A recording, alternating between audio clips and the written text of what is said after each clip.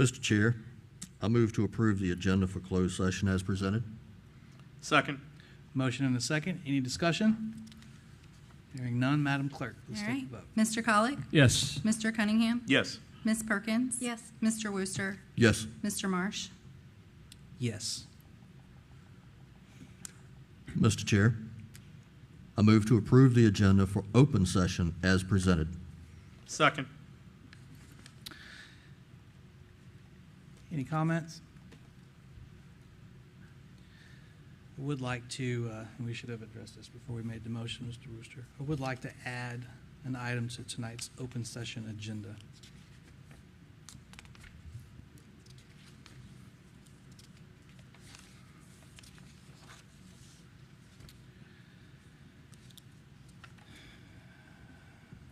I'd like to add, and unless anyone objects, I'd like to add an action or an information item. We'll call it a FY25 budget update. Dr. Kramer, you prepared for that? Yes, Mr. Chair, were you asking that we share some information from that, or would you? Yes, sir. You're Well, asking- we'll do it together, I believe. Okay, very good. So just an informational for the board to get everybody synced up. I believe it's appropriate to make a 19.2, even though it's informational. Is that okay? Okay. No. No, I believe I can just motion As to, amended. I think you can just make a motion to substitute and approve. yeah. So I make a motion to substitute Mr. Wooster's motion And and approve the amended agenda as presented. Second. Motion and a second. Any discussion? Madam Clerk? All right. Mr. Yes. Mr. Cunningham? Yay. Ms. Perkins? Yes. Mr. Wooster? Yes. And Mr. Marsh? Yes. Appreciate y'all bearing with me as I fumbled through that. And over to you, Mr. Vice Chair.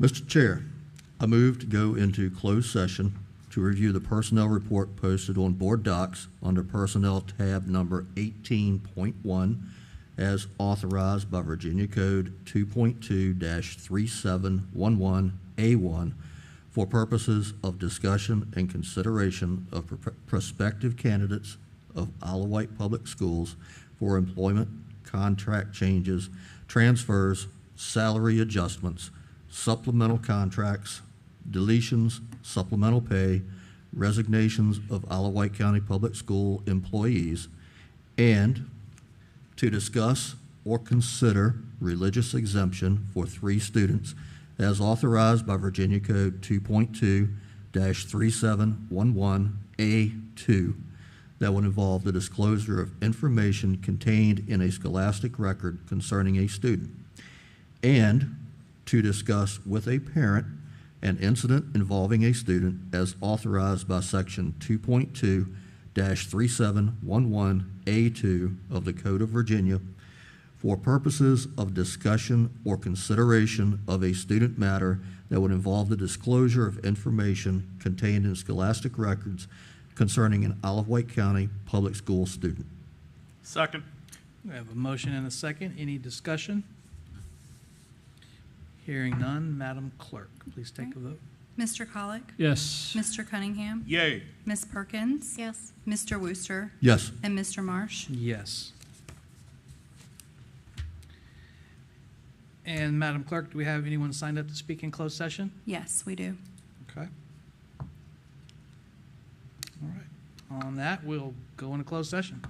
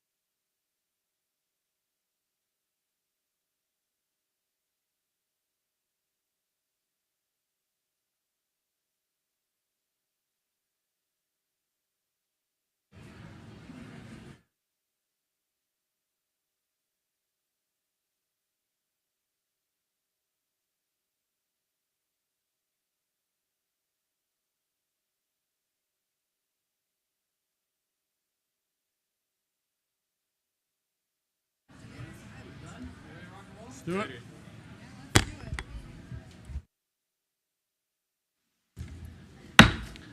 Wight County School Board's in session.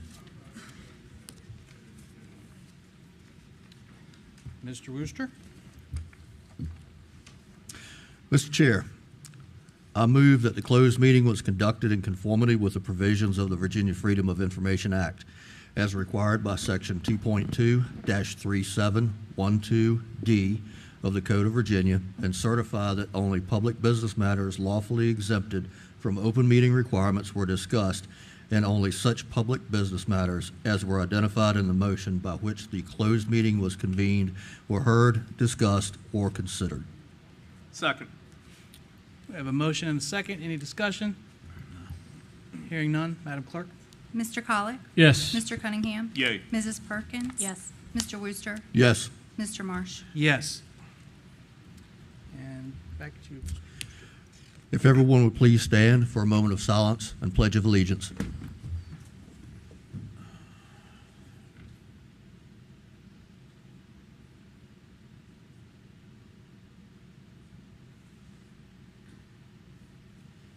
I pledge allegiance To the flag of the United States of America, and to the republic for which it stands, one nation, under God, indivisible, with liberty and justice for all. Thank you.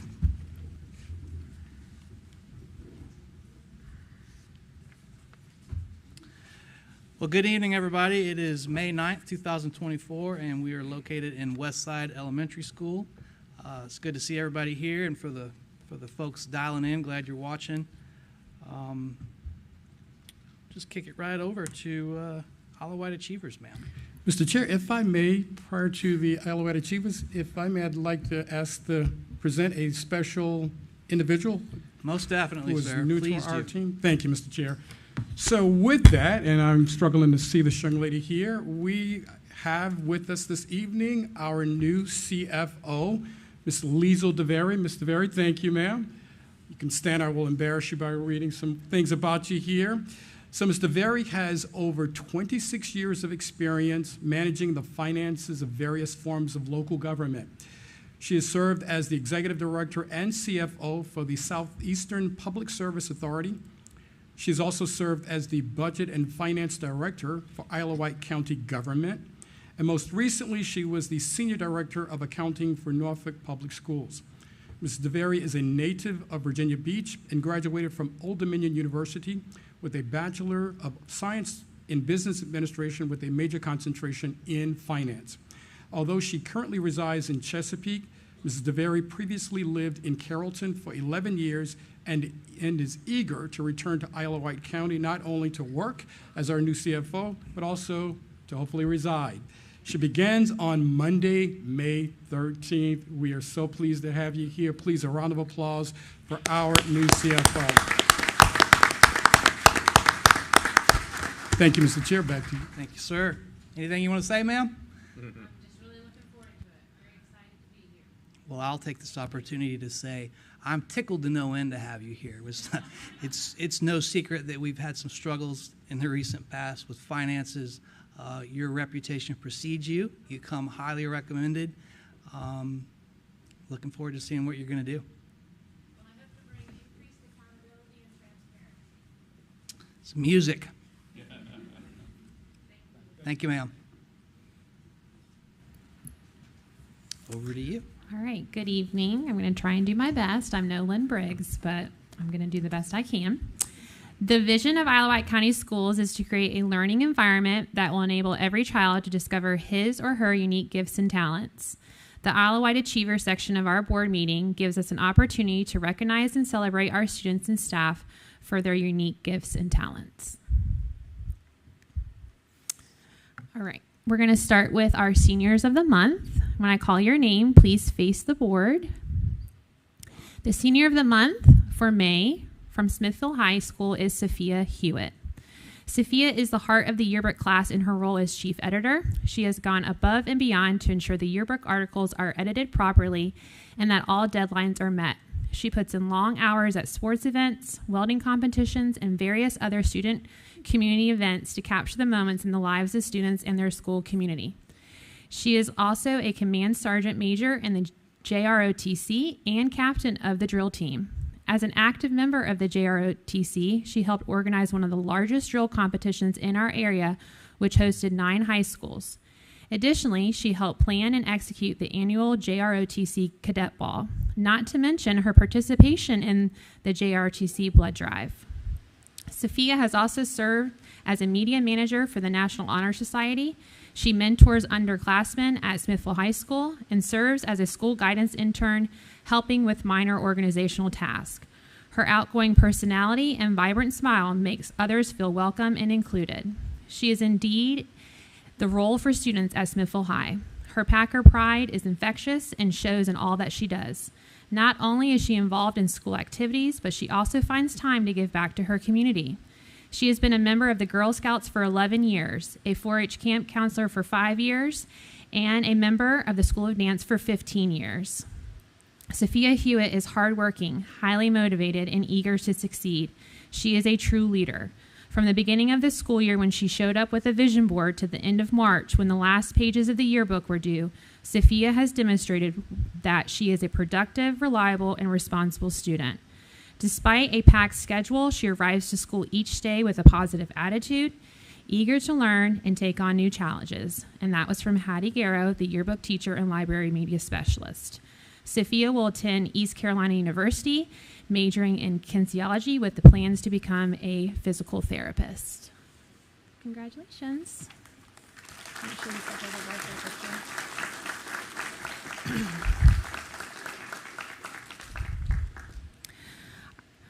From Windsor High School, the senior of the month for May is Gracie Holland.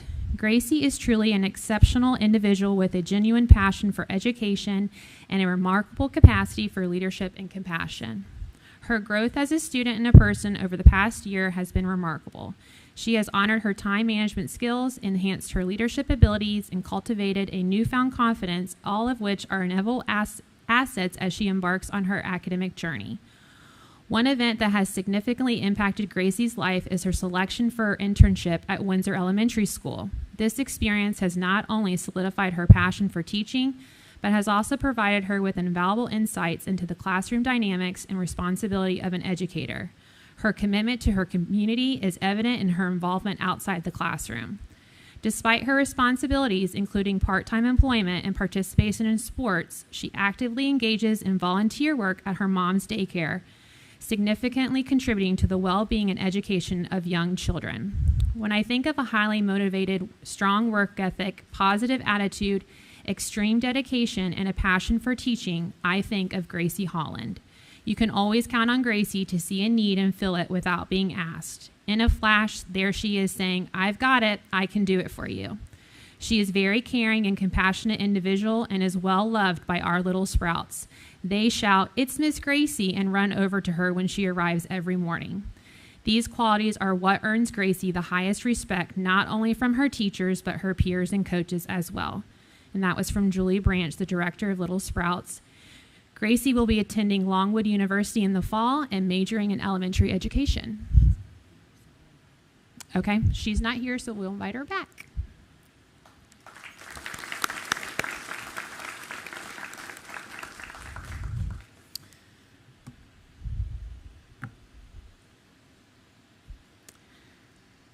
Okay, next up we have the Kid Win Challenge is a hands-on design competition that engages students in STEM through the lens of wind and solar energy.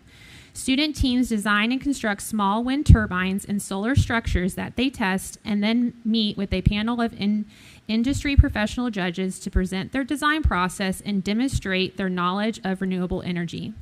Teams also engage in a variety of instant challenges to gauge their on-spot teamwork and problem-solving skills. When I call your name, please come forward with your certificate and face the board. The Windsor Elementary team consists of Jacob Clements, McKinley Douglas, Alex Edwards,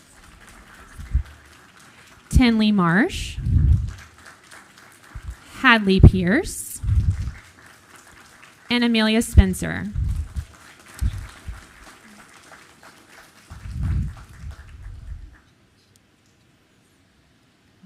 All of these students placed first in the Eastern Virginia Regional Challenge.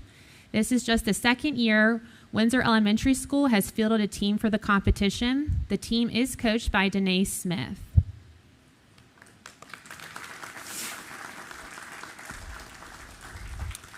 The Hornets were invited and participated in the state challenge, which was held at JMU on April 6th.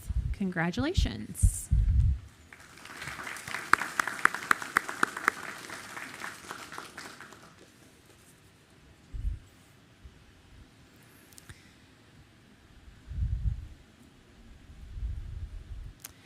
Next is Donnie DeBerry from Smithville High School. Still read it. Donnie DeBerry is a junior. He was selected to participate in the 2024 Bank of America Student Leaders Community Program. This year, Bank of America received more than 7,000 applications and 315 students were selected for this honor. As a student leader, Donnie will participate in an 8-week paid internship at the local nonprofit this summer. Additionally, in July, Donnie will travel to Washington, D.C., where he will network with students from across the country and participate in an exciting week of interactive sessions, including meeting Bank of America's leaders and government officials while visiting D.C. landmarks. Donnie is a member of the SHS Beta Club and Next Step Male Mentoring Program. He also participates in varsity football and basketball.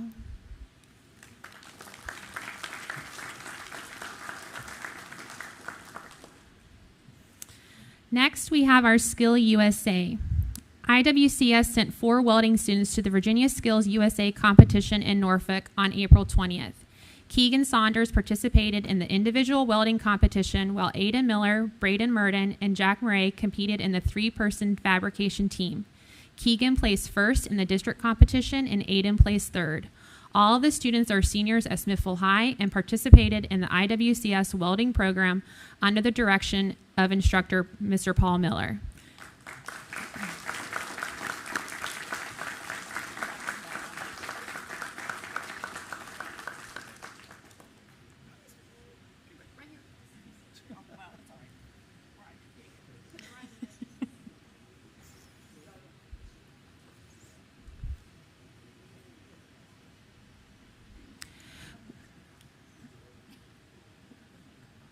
Okay. We would like to also take the time to recognize our many business and their representatives who contributed to the success of this competition at Smithville High. On behalf of Les Bear, we have Mr. Brian Wright. If you could please come forward. He's going to for them. He's coming for them. He's coming for them. Mm-hmm. Les Bear Mining Equipment Company provided the project and donated materials and prizes. They have also conducted presentations for the students and donated a marvel saw. From ARC 3 Gases, Mr. Tyler Stone. He provided the GTAW welding machine for welding aluminum. He donated 2 complete fuel setups for the competition and let the welding labs keep them afterwards, and provided lunch for the day. He also provides continued ongoing support for the program, including welding machine demos and reduced cost gas cylinders. From Huntington Ingalls Newport News Shipyard, we have Mr. Jack Wright and Miss Ashley Wells.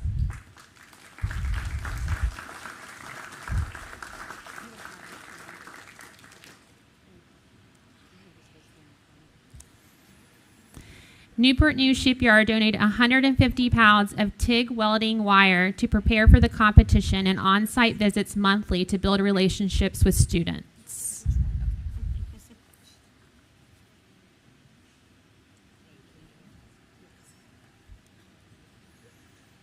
Give a round of applause for our 3.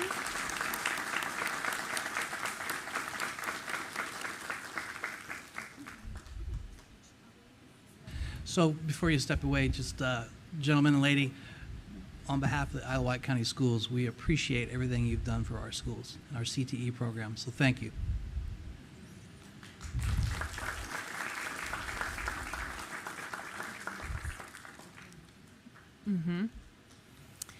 We also have Mike Charles and Associates, and we have Jeremy Shalcross and Brad Charles, who are here today. They served as judges for the competition and also provided a welding demo trailer for the IWCS Reverse Job Fair. Okay. And our last Skills USA contributor was Jefferson Lab, and tonight we have Mr. Alston and Mr. Huff. Mr. Huff is the COO of Jefferson Lab. If you could please come forward.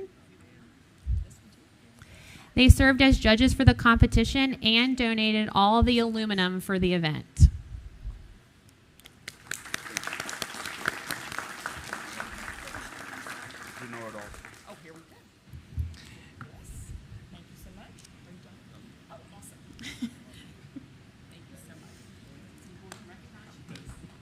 Gentlemen, again, thank you for all that you've done for Wight County Schools. We're greatly appreciative.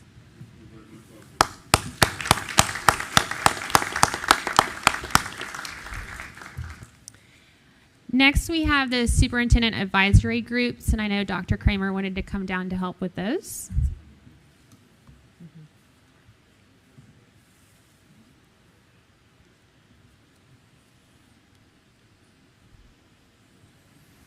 This year, Dr. Kramer met frequently with 3 very important advisory groups. These groups provided feedback on important topics such as school safety, student and employee well-being, staff recruitment and retention, and budget priorities. We invited all groups tonight to the meeting so we can publicly thank them for their service to the division. We're going to start with the Student Advisory Board. From Westside Elementary School, when we call your name, please come forward and face the board to be recognized. We have our representatives from 6th grade, Liam Baggett, Kamaya Cypress, Tayshawn McLaurin, and Grace Wigington.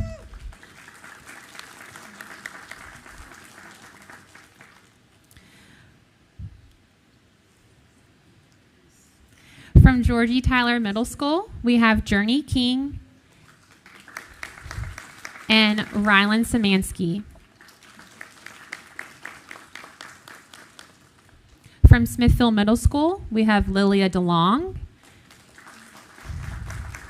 Shane Lucas, and Rose Nugent.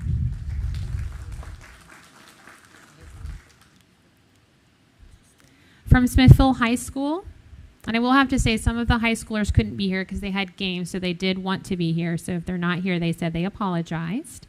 From Smithfield High, we have Samantha Connors, yeah. Zach Myers, Jada Johnson, Kendall Glover, Marcus Glanville, Sierra Payne. From Windsor High, we have Kiera Key Towns, Marina Seagrieve, Jenna Garris, Connor Walters, Pearl Anderson, and Ryan Stevens.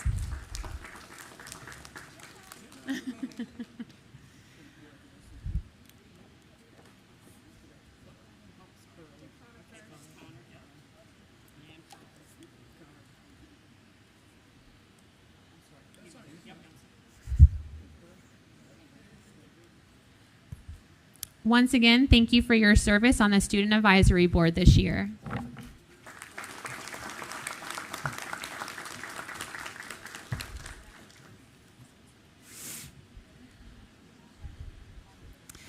Next is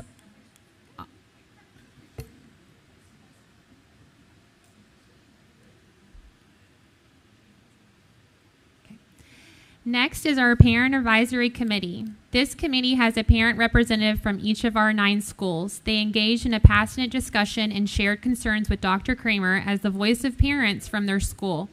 We are happy to introduce them and thank them for their service. Please come forward as we call your name and face the board. From Carsville Elementary, Samantha Jones. From Carrollton Elementary, Margaret Martin. From Hardy Elementary, Greg Brown. From Westside Elementary, Ratika Bright. From Windsor Elementary, Jessica Spencer.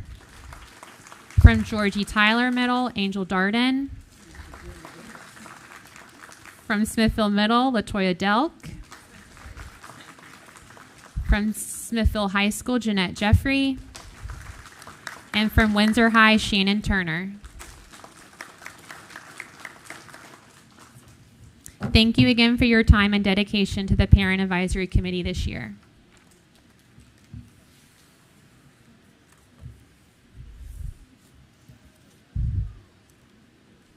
Our last group is the Employee Advisory Committee, which is comprised of representatives from all of our school and various employee categories. The members provided valuable input on division-wide issues and provided a direct connection from their schools and positions to Dr. Kramer. As I call them forward, please face the board. I will also announce their school and employee category. Michelle Michike from Carrollton, she is a SPED inclusion teacher. Jennifer Booth from Carrollton, first grade teacher. Deanna Hubble from Carsville, third grade teacher. Jessica Travis, Georgie Tyler, library media specialist. Brittany Winslow from Hardy is a reading interventionist. Miss Grebe from Hardy is a SPED teacher. Miss Cassie from Hardy, our gifted teacher. Mr. Zachary Kemp from Smithville High School, history teacher. Mr. Miller, Smithville High School CTE welding teacher. Tracy Morales Peters, Smithville High School IA. Denise Boyer, Smithville Middle School math teacher. Lakeisha Ashby, Smithville Middle School bookkeeper.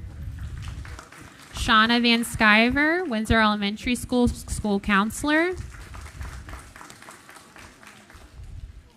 Jessica Brannon, Windsor High School Spanish ESL teacher. Melissa Allison, Westside Elementary School admin associate. And Scott Graham, Windsor High School math teacher. Thank you all again for your time and dedication on the Employee Advisory Committee.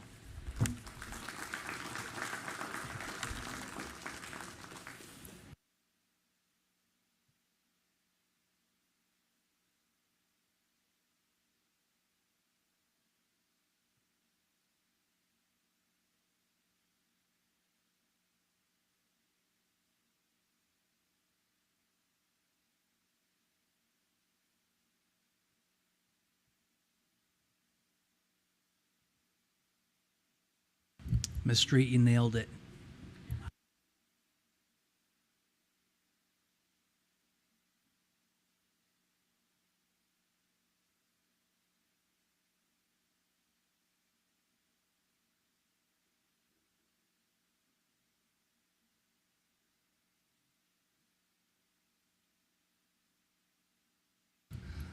All right, that takes us over to Windsor Elementary for Eye on Instruction.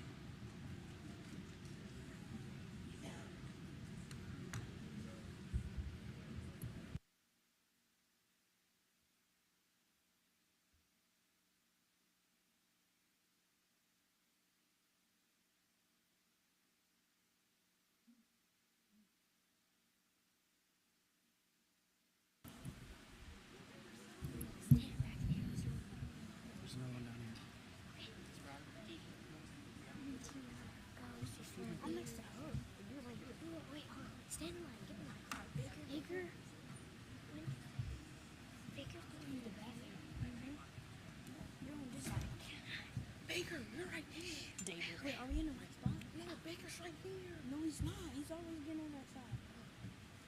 Are we in the right Baker's before me. Go. Go. Okay, I go before everybody. I go before everybody. Okay.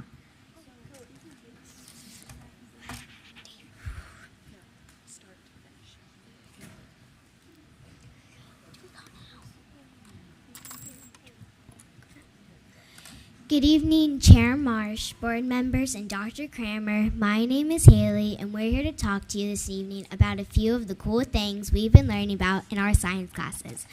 Our favorite way to learn science is to do science. We're here to show you our favorite hands-on labs that we've been working on throughout the school year. Hi, my name is Mason. In this lab, we investigated the energy transfer that happens in collisions.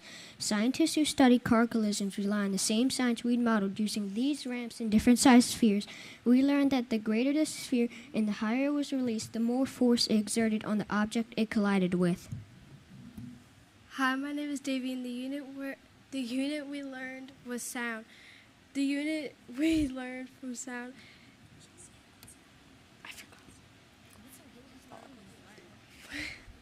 We learned that we learned two different musical instruments, the xylophone and the kalimba. We learned that the shorter the object being struck, the higher the pitch and the higher the frequency of the sound being produced. You have some materials in front of you now. Please take a moment to strike these objects and observe the differences of pitch based on the length of the object.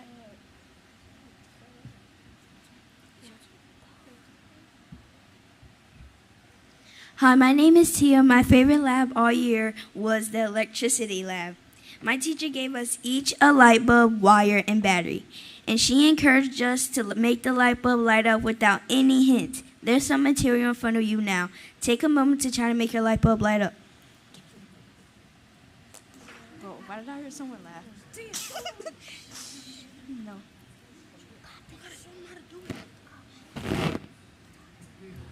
Just for the record, you got a couple Marines up here. They might have a hard time.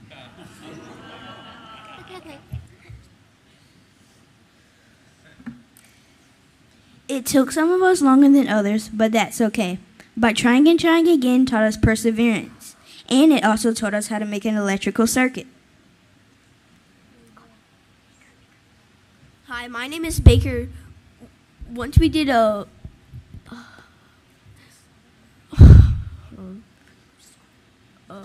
circuit that all the electricity flows through to make the tape move around like this. You need something metal, then it will make it spin like this. Then that's called a conductor. Then if it doesn't spin, that's called an insulator. How about you try this? The next lab that we learned in our electricity unit was designing and using electromagnets. Electromagnets are commonly used in landfills to separate metals from nonmetals. Electromagnets are temporary magnets that can be turned on and off. We did this to determine the effect it had on the electromagnet. We found out that the more times the coil of wire was wrapped around the nail, the stronger the electromagnet. As you see, the metal piece is connected to the spring, so it's connecting it. But as soon as it doesn't, take that off. As you see, as soon as it doesn't, it does not connect. It does not connect to the metal pieces. Hi, I'm Courtney. Another unit we worked on was space. We worked on a lot of modules in this unit. Today, I'm going to demonstrate the difference between rotation and revolution.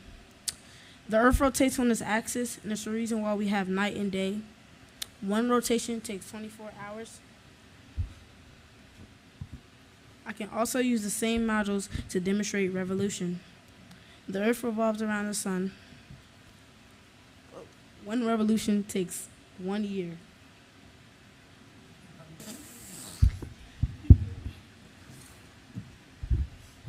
Hello, I'm Riley. Here we have another set of models. Scientists use models to help explain things. Here the beach ball represents the Earth, while the wiffle ball represents the moon. One reason why these are good models is that the wiffle ball is smaller than the Earth. Plus it has holes that look like craters just like our real moon. But it's not perfect. For example, our moon is made out of rock and not hollow like this wiffle ball. In science class we learn different models and what their limitations are. Hello, my name is Leland. One of my favorite labs this year was when we modeled night and day using this light bulb and this globe. First, we plugged in this light, which represents our sun. Then we took a Post-it note and put it where we live on Virginia. Then we rotated the globe around the sun while also rotating it to show its revolution and rotation. By doing this, we could see when it was day in Virginia and night in Virginia. Thank you for allowing us to share our learning process with you. And we appreciate all the support in our community helping us learn and grow. And we thank you for the material that our school system provides for us. And we thank you for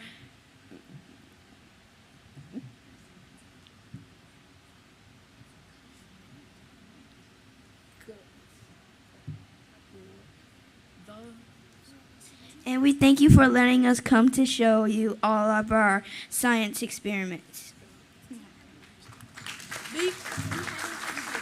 Do you have any questions?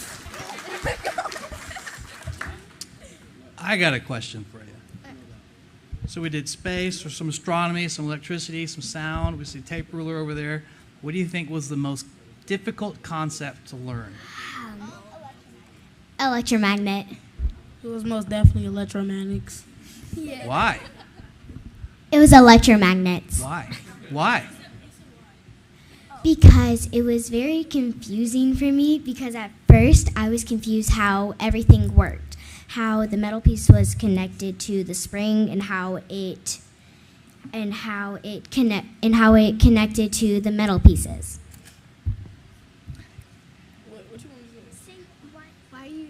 Why was it the most difficult?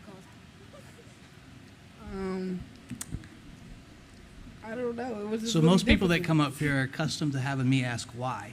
So I figured you guys would get a taste of it too. Okay. Ready, go. See, it was hard for me because I wrapped the wire around it like 40 times. It would only pick up like 4 magnets. So I kept on wrapping it around it, and then it just worked after like a long time. It took me like 30 minutes to figure it out. It was confusing for me, for insulators and conductors to know how they worked. You have to wrap around the wire to the nail a lot of times for it to work, and it was very confusing because if you'd only wrap it around like 10 times, it wouldn't pick up anything. So you have to wrap it around a lot of times for it to work, and that's what confused me the most. Is there any more questions? Congratulations. You should all be very proud of yourselves. Thank you. And make sure you thank your teacher.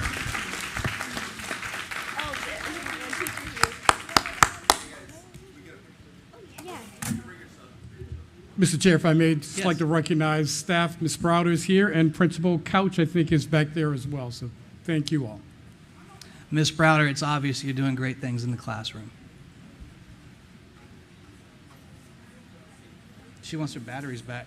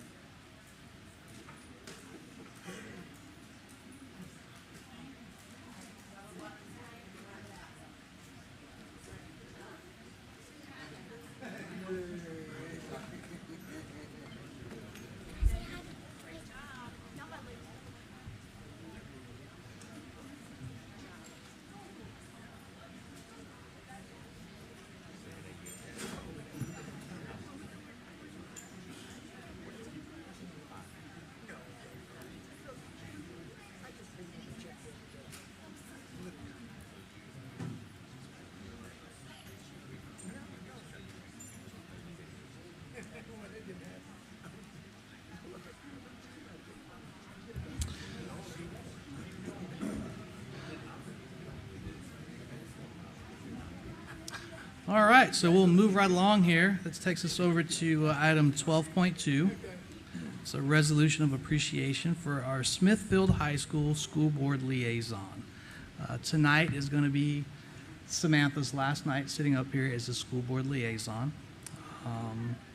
The staff has been kind enough to type up a resolution, and Mr. Wooster's going to read it off, and then we're going to see if we can adopt it. Over to you, sir.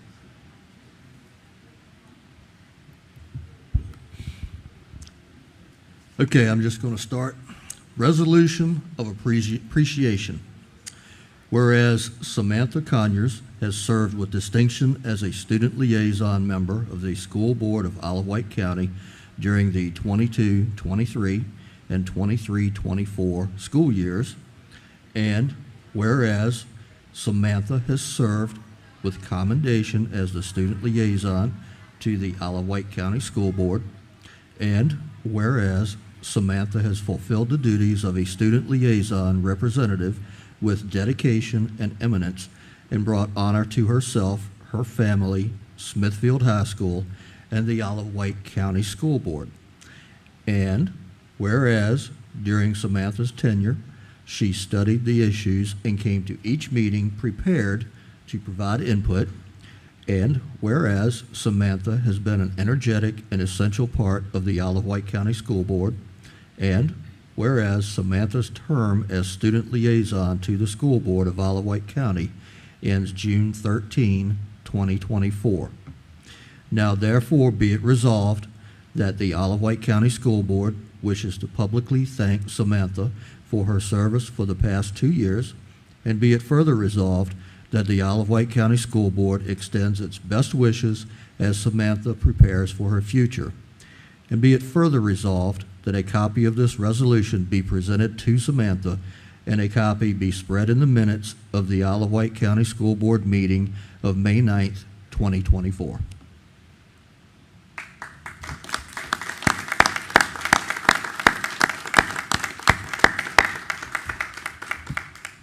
Thank you, Mr. Wooster. And to make it formal, I move to approve the resolution of appreciation for Samantha Conyers as read. Second. Motion and a second. Any discussion? Thanks. Thanks for your time up here. I hope that you learned as much from us as we have from you, and best wishes moving forward. All right. Madam Clerk, take a vote, please. All right, Mr. Collett? Yes, before I vote, I want to say thank you, Samantha. It's been great having you up here for the last 2 years.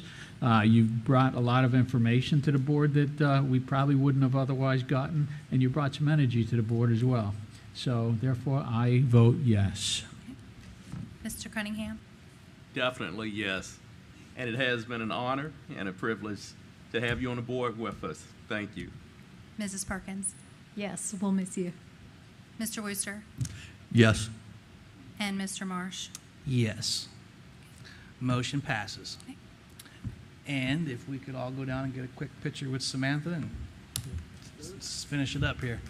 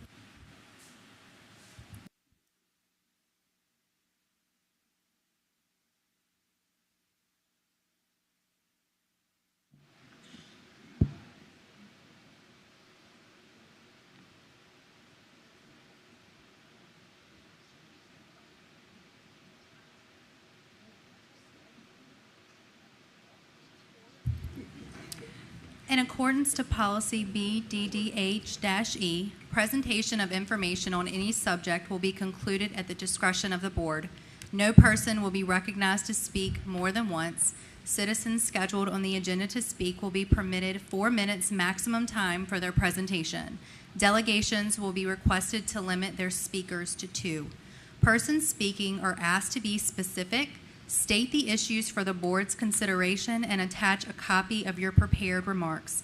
If you have prepared remarks, they should be given to the board clerk. Please do not approach the board members.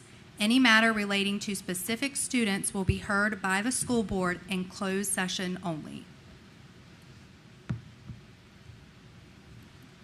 First, we have Mr. Herb DeGroft. I don't see him. Okay. Then we have Miss Brianna Gooch, and I apologize if I'm speaking anyone's name incorrectly. I don't see her either. Okay. Jose Fita. Gerald Austin, excuse me. Okay. Joyce Austin. Ashley Wells. Greg Brown.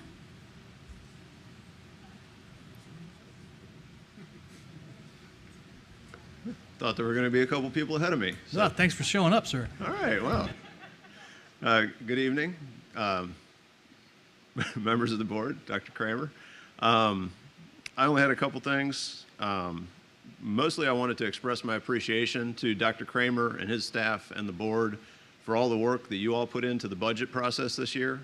I know it was a lot of work and we got a lot of needs, and prioritizing those cannot have been easy or pleasant.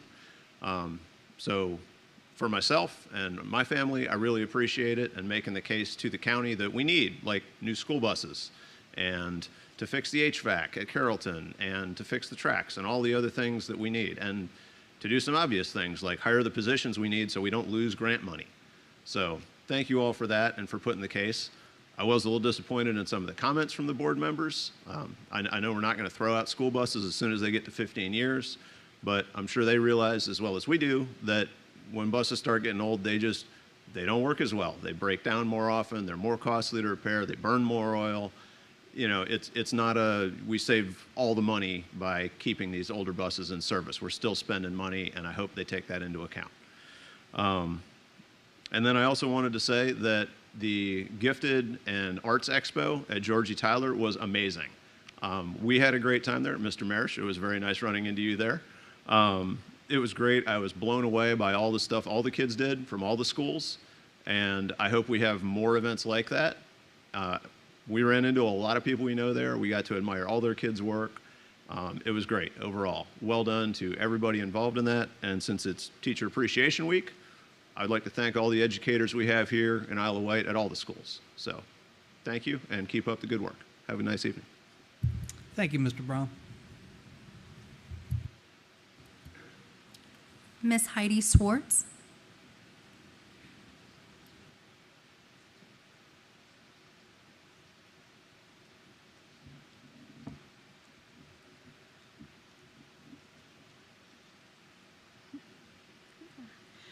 Good evening.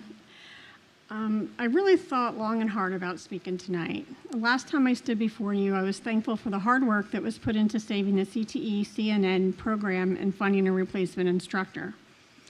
What I've learned, and what is drastically and increasingly becoming the norm in today's society, is that finding a body or bodies to fill the position to educate, mentor, and lead our children is increasingly challenging and becoming more difficult, along with dangerous.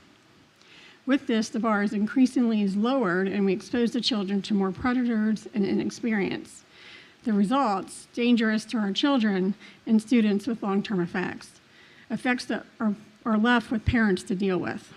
For example, we've had at least 2 teachers of the year, one having their teacher license removed after having a few years of physical relationships with a student at Smith Hill High School, and currently another rumored for something and removed recently by law enforcement in Windsor. At least the instructor placed in the CNA program may check off boxes to qualify the state and nursing guidelines and doesn't fall into the above-mentioned category. But what they do appear to be is lacking is a formal past experience in a classroom setting. Lesson planning, experience as a teacher, speaking with students and parents regarding personal and private matters in a non-biased way. Exposing private information to a student's peers along with numerous other issues. Having any knowledge relating to instructions or following the state education laws in regards to IEPs. Recording of grades along with having access and using the division's Canvas program until it was brought to their attention by a parent. All of this is needed to teach. During the time, students and parents had no knowledge of grades, classwork, and tests through the division's Canvas for almost 3.5 months. Then when the decisions are made to move students forward, some are chosen and others were not, even though some had higher testing scores than others. To be fair, other factors are considered, yet having no proper reporting, communication along with other legal aspects that were not followed leaves the school division open to possible lawsuits. When an instructor is placed into the position to teach and has no prior experience in this setting, no experience of training of students, there's a whole range of students they may not understand. This ends up with a conflict of a relationship and a students who can feel very less than they are. It certainly does not fit with the school's division motto, preparing students for college, career, and life. On a positive note, I can say I witnessed one person show complete interest with the students at Smithfield High School and the outcome for each and every one of them. Her ideas should be listened to when it comes to leading these students to outcomes when preparing them for college, career, and life. And that was Principal Cuffey. Thank you. Thank you, Ms. Schwartz.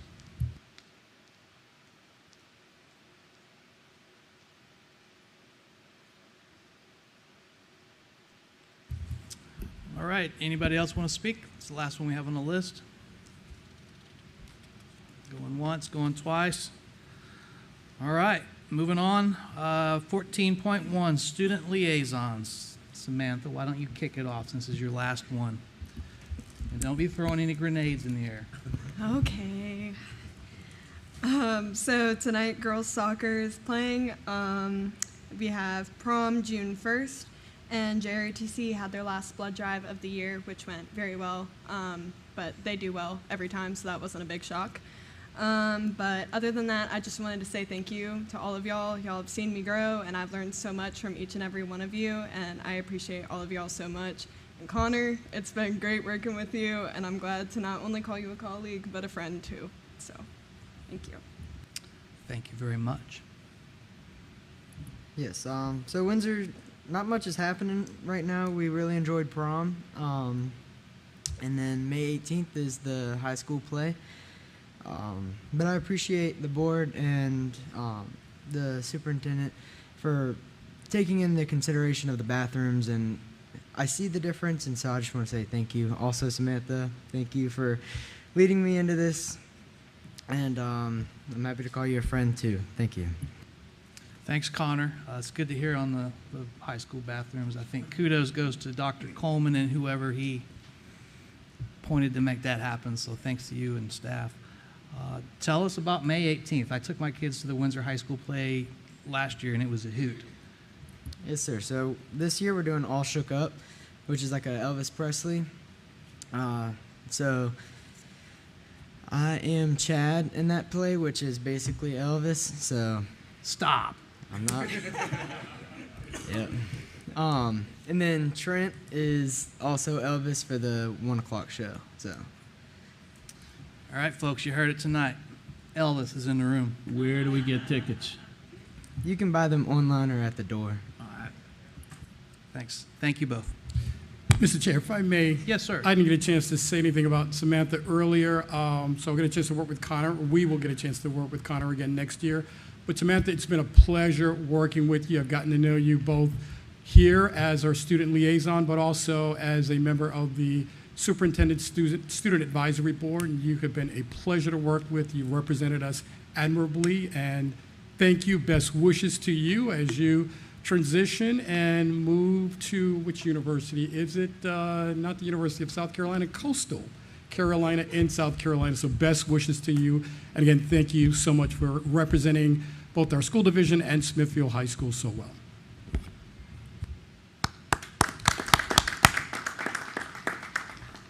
Thanks, Doc. All right, takes us over to item 15.1, tuition rates. Mrs. Getz, you're up. Good evening. Before you, you see a recommendation for an increase in tuition rates. These are for students who request to come here from out of Wight County. Currently, the tuition is $52.16. That was raised 2 years ago. In light of cost, we are recommending an increase to $5,500 a year. I will take any questions that you have.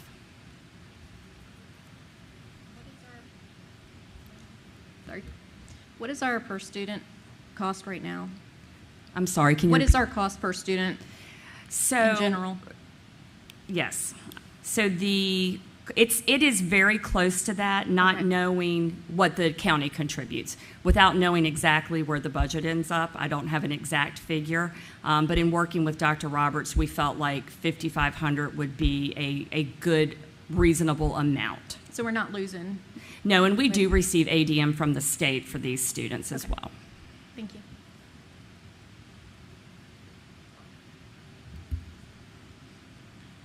Ms. Getz, how did we come up with this actual amount? Yes, well, it is a slight increase from the previous year, and it is close to the amount that is contributed, again, without knowing the exact amount. And we honestly didn't want to make too large of an increase for those folks who have been here and hope to have their students continue or even become a senior for next year. So we didn't want to make a drastic increase. So we were thinking an incremental increase was needed, though. Okay, yeah, I understand that, but we are the lowest. We charge less than anyone except Portsmouth. We do. From my research. And, you know, in these budget times, you know, I personally wouldn't mind have seen it going up just a little bit more, you know, and looking across the region, because we typically look across the region when we're talking about money. So I did that, and my recommendation, you know, I'd like to see it go up to $57.50. Okay, that's a 10% increase rather than the 5%. But I think that's still very reasonable considering, you know, what private school costs and what all the other public schools in the region cost. So I would personally like to see it go to $57.50. You are correct, Mr. Collick. We are on the lower end, and so we absolutely accept that. And if that's the way the board would like to go, we will make that happen. Mr. Collick, I don't disagree with you. What about the students that are currently paying out-of-state tuition? Should we consider or entertain possibly a grandfathering for those that are already here? I wouldn't. I would not recommend that. If we're going to increase, I think we should increase. Yeah. Okay. When I was in high school, went to private school. When there was an increase, it was everyone saw that increase. Mr. Chair, if I may, I would agree with that. From my past experiences, that increase would be applied across the board. Okay. Any other comments? All right, Mr. Cock, you want to make a motion? I certainly will. I will like to change part of that. Let me find where I'm at here. Mr. Chair, I would move to approve a tuition rate of $57.50 per student for all students attending Isle of Wight County Schools who do not live within the county in accordance with the provisions of Section 22.1-5 of the Code of Virginia. Second. A motion and a second. Any discussion? Hearing none, Madam Clerk, please take a vote. Okay. Mr. Collick? Yes. Mr. Cunningham? Yay. Mrs. Perkins? Yes. Mr. Wooster? Yes. And Mr. Marsh? Yes, motion passes.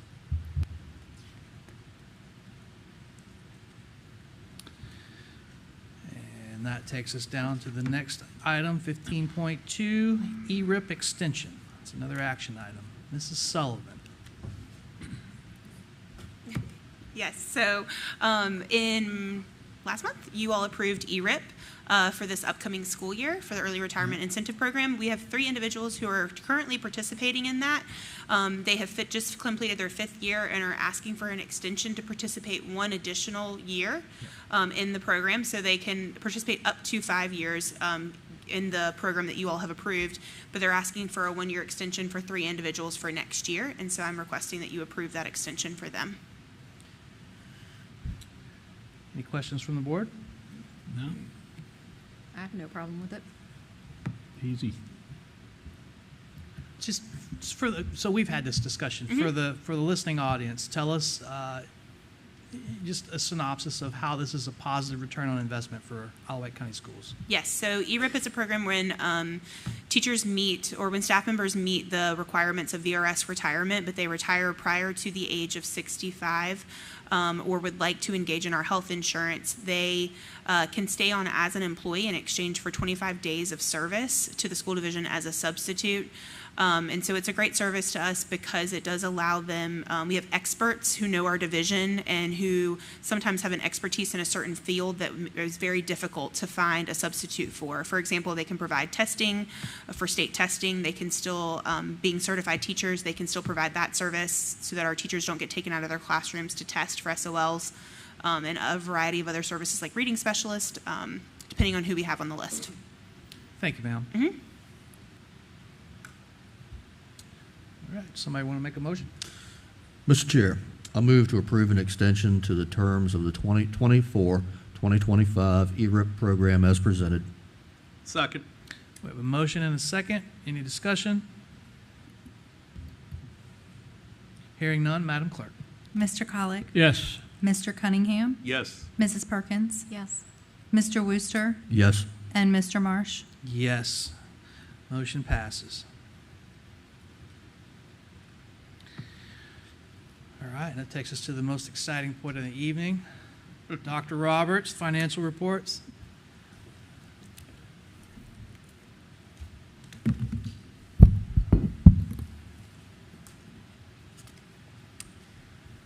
Thank you, Mr. Chairman, Mr. Vice Chair, and members of the board. You have the financial summary through April 30th, 2024 in your board packet. We're closely monitoring expenditures and revenue for the operating budget as we come close to the end of the year. Obviously, we have been working on this since early March, and it looks as though we're going to be okay, although we still have county and state appropriations to come in for May and June, and we'll watch both carefully. In terms of our grants, we met today with the grants team, and we're slowly catching up with reimbursements. ESSER 3, which has been a topic of discussion, for example, looks as though we will have less than $6,000 to spend by the September 30th, 2024 deadline, as we are adjusting expenditures to purchase 490 student computers, 2 buses, and some approved salary expenses for our clinical assistants. As you know, and you heard earlier tonight, the new CFO will be in place Monday, and nobody's happier than me, maybe the chairman, than you. And we'll be working with her to bring her up to date on all financial matters.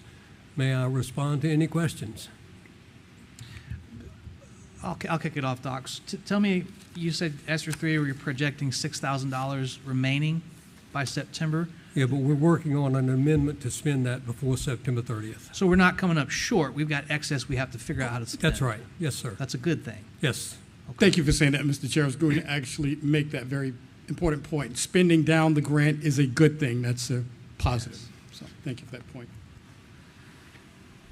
Board members? Can somebody explain the grant and the buses? I think there are people out there that have questions on bus purchasing in general, so if we can explain the grant and where we're purchasing these buses, is it, are they already in like this year's budget, or the when two were they that I was purchased? the two that I was talking about, we actually ordered them a year ago. We can't do the reimbursement until the buses actually arrive, so they should be here this month or next month, from what we heard. And no local funds were used for these? This was grant money purchasing these buses? Yes. Okay, thank you.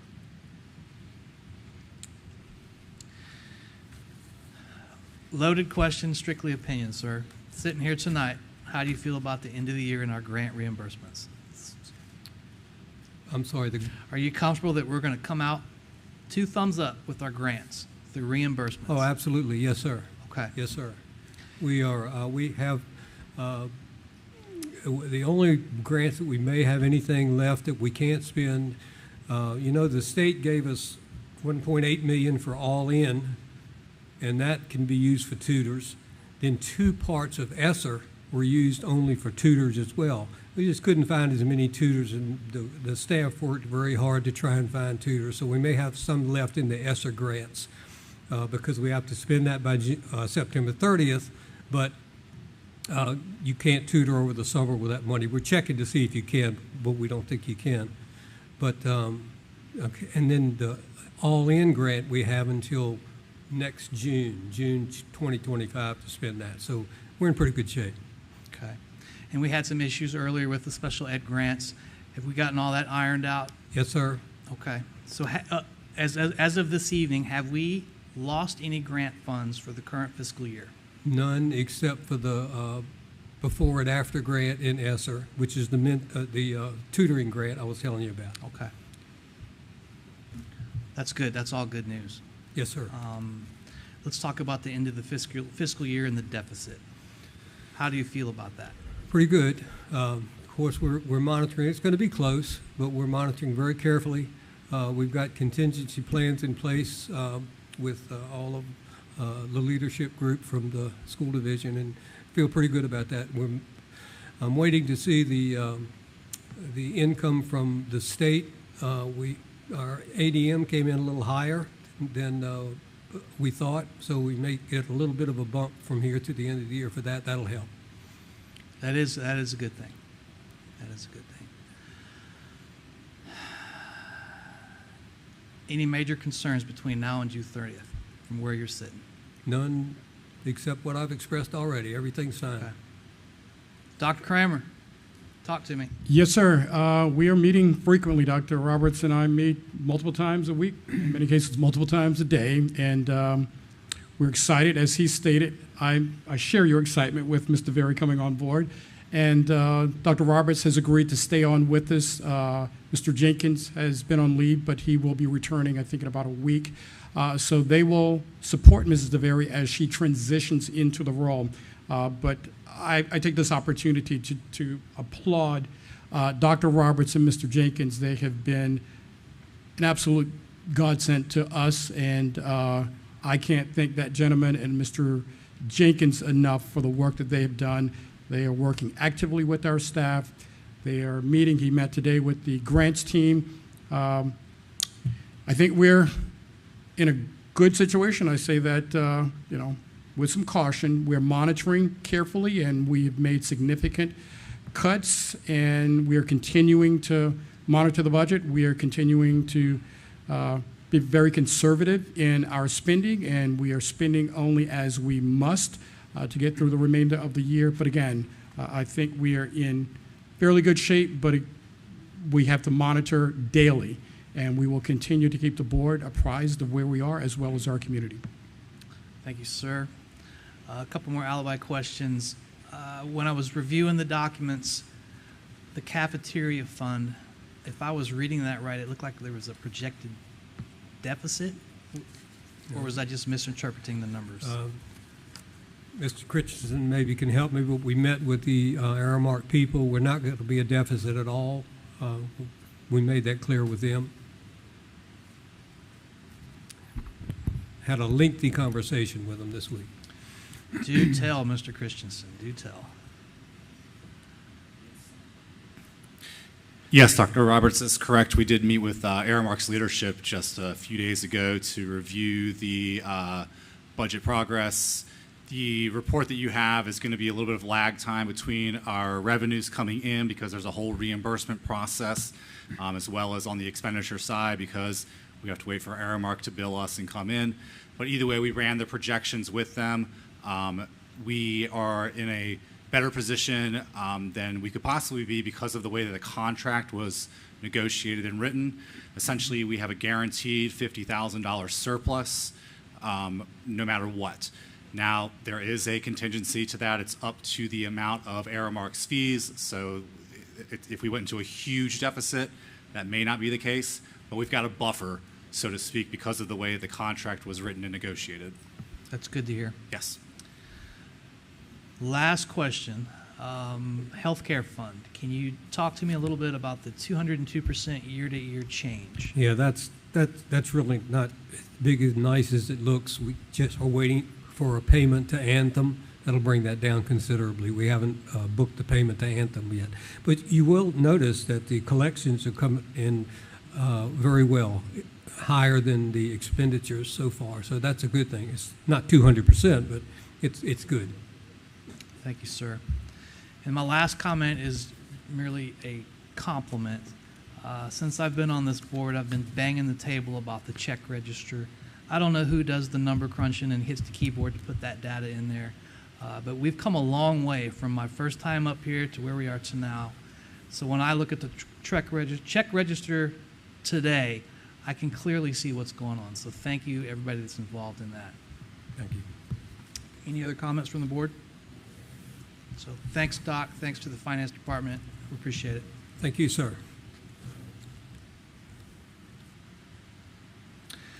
So that takes us to our added item, I think, right? No, we're not there yet. You're right. I added that in the back. Okay.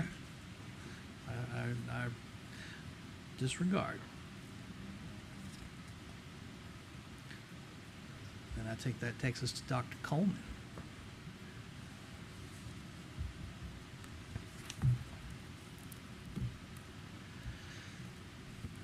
All right, support services update.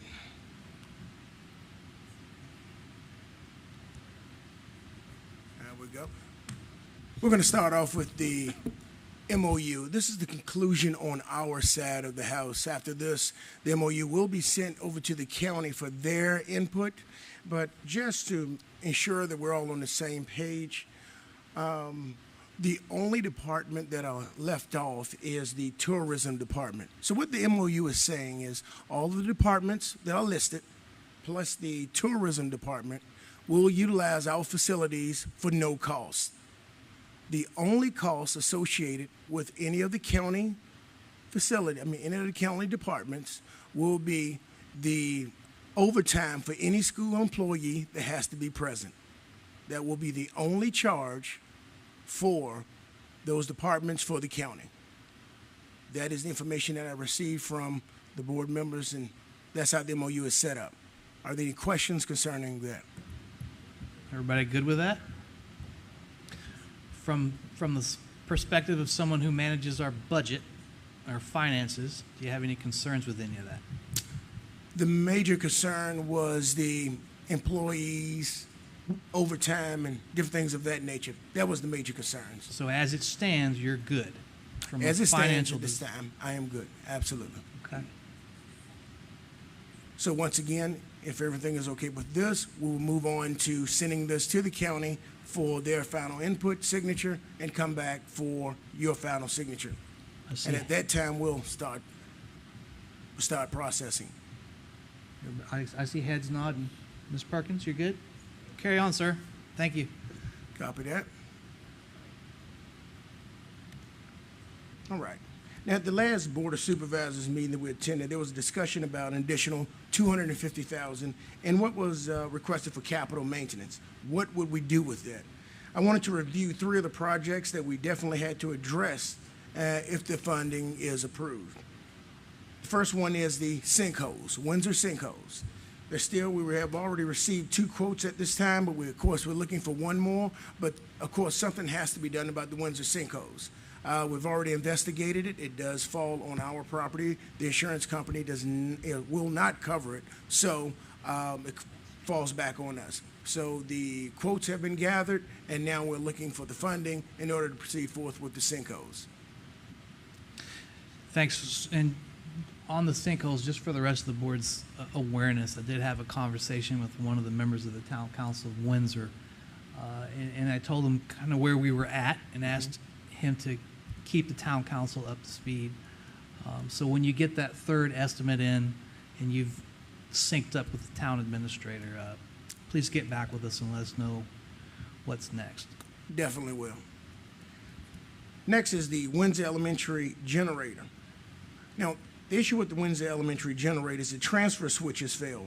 So if the school loses power and at the same time it should catch on fire, the sprinkler system will not come on because the transfer switch is broken.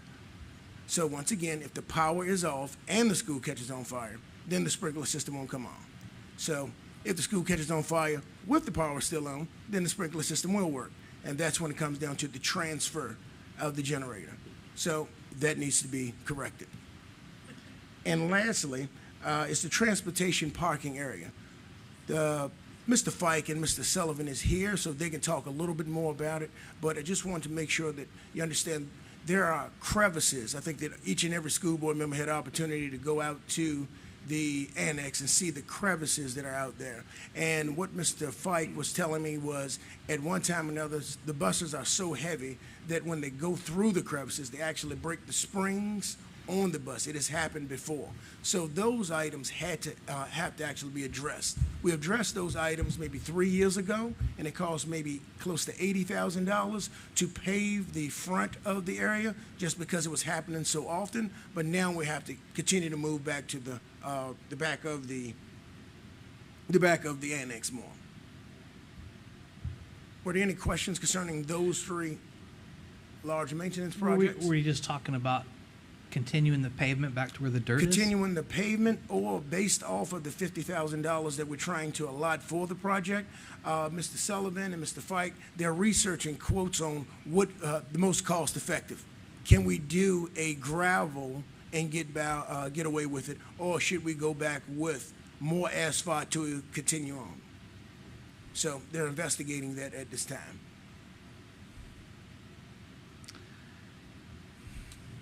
The ideal response would be put something temporary in there because we know we're going to get something fixed as a big project. But I don't think any of us can say that with confidence. Right.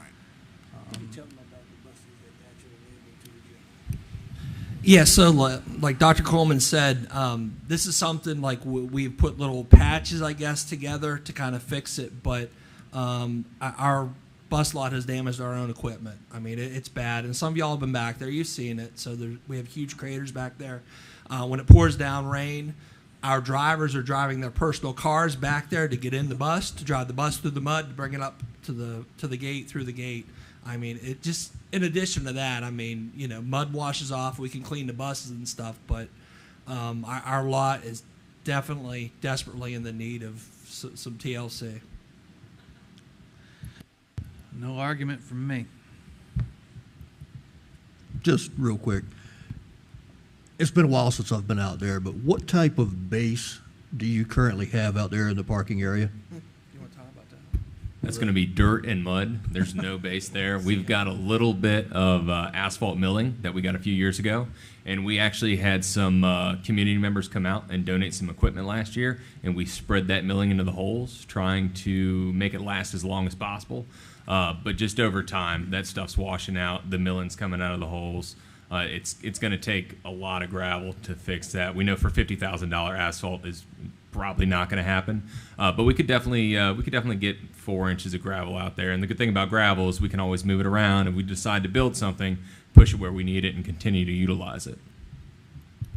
Okay, thank you. I was just wondering, because that's exactly what I was thinking about, either like a crush and run base or, you know, milled asphalt. We were leaning towards the gravel just because that crush and run, when it does sit in, it's a little bit harder to manipulate once it's down. So that's why we were considering the gravel. Okay, thanks. Spend your dollars wisely. Did y'all have a cost for the gravel instead? We're working on collecting quotes now. We've already collected a couple, but we still need to get one more.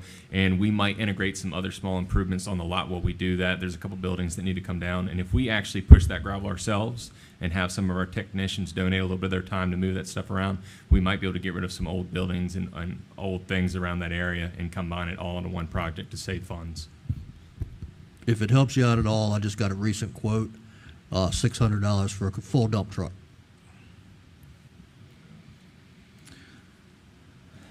All right. Keep us posted, gentlemen.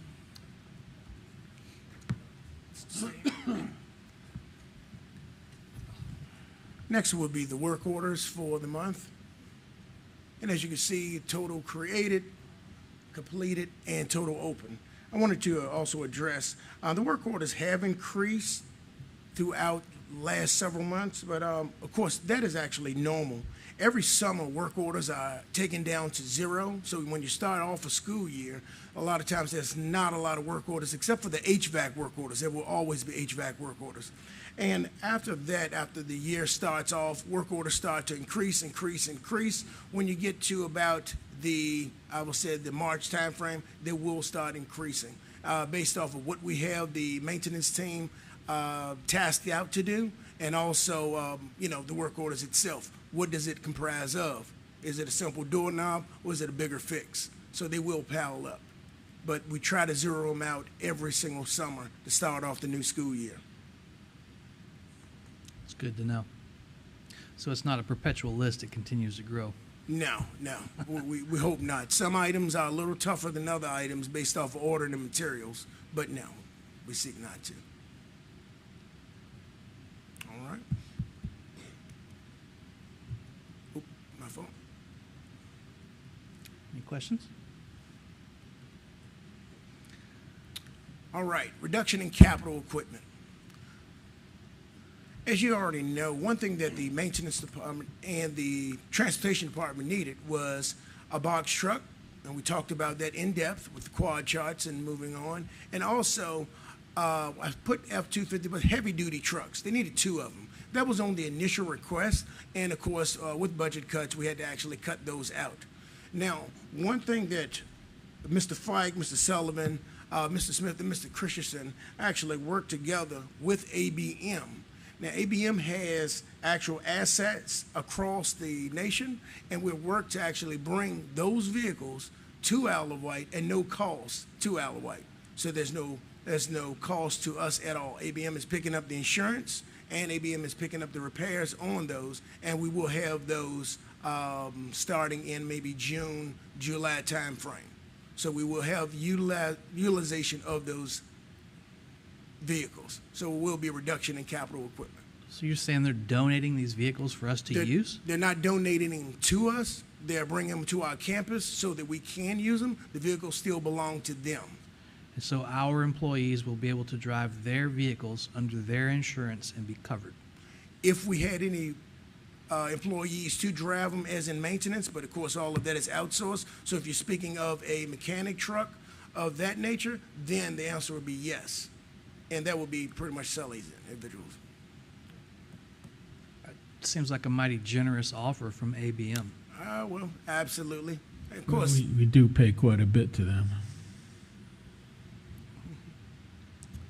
And am I correct, Dr. Coleman? Their employees, actually, they have employees assigned to us. So in some cases, their employees can also. Yes, their employees will be mainly in the vehicles 100%. Okay. I believe that everyone knew the reason why we wanted the bigger trucks was because just in case it snowed, we would have some trucks to actually move the snow out the way. But that's the biggest reasons. Okay. It's excellent news. Absolutely. All right. Any questions? No, sir. All right. This is another question that came up concerning the reverse osmosis system at Windsor Elementary School. Of course, the water should have some fluoride in it, of course, but after we put the well in, the water was had a little bit more fluoride than the average well should. So now it's been tested, brought all the way down. Now the current fluoride reading is 0.03, well below the standards. So that was the reason for the reverse osmosis system on the large ticket item, and that's what it's used for. So there was a couple of questions concerning that. So the well water coming out of Windsor Elementary has less fluoride than the city water in the town of Windsor? Yes, it does. Yeah. Yes, it does. Well water in Windsor is, it's sketchy. I'm just saying. So that's good. That's good to hear. Yes. All right. before we get to transportation, I did want to point out something that Connor had brought up a little earlier. And I want to make sure that Ms. Curl got a lot of credit for jumping ahead of things. When Connor had actually brought it from his point of view of what was going on that was outstanding with the bathrooms at Windsor High School, and he brought it to everyone's attention. Once I jumped into the situation, I found that Ms. Curl had already set a meeting with ABM to find out what was really going on, but with the help of kind of putting it out there, we were able to get everyone together. Now, based off of that, I just wanted to let you know, as Connor said, how everything has improved. There was retraining done, walkthroughs, more accountability held by the leads there. Also, now we have a restroom checklist, so it will be checked off every time that it's being utilized right there. So the concerns were met, but I do want to make sure that everyone understands Ms. Curl was very, very helpful in that, and of course, Connor was truly helpful in that whole scenario. There you go, Connor. Positive influence for change. And kudos to Mrs. Carroll. Next is transportation. All right, so coming back to transportation here, so you can see the next slide, just kind of an overview. I know the school board and the board of supervisors is kind of, they're seeking information about our bus rotation and our preventative maintenance, so we're just going to spend a few minutes talking about that. This is something that in both aspects, we've had this in place for quite a while, but the recent conversation kind of was an opportunity for us to renew what we had, and we kind of put it in in terms of the bus rotation. So the next slide is just kind of an overview of all of our assets. Now that does include our assets that are currently off the road, and also too, this does include our activity buses. We have 3 activity buses there, which are the Type A buses, along with our special education buses, and our Type C is the standard general education bus. And then, of course, down at the bottom, our rate, based on our fleet density, based on the numbers, we wanted to try to go with a 15-year lifespan for our buses based on our current fleet. So the rotation, so this is all built around our request for 10 buses for next school year. So after we had spent some time talking about that last month, so I sat down, I prepared this. So if we were to get 10 buses, of course, we've established they're not going to be here for a year and a half, so they would be here in the 25-26 school year.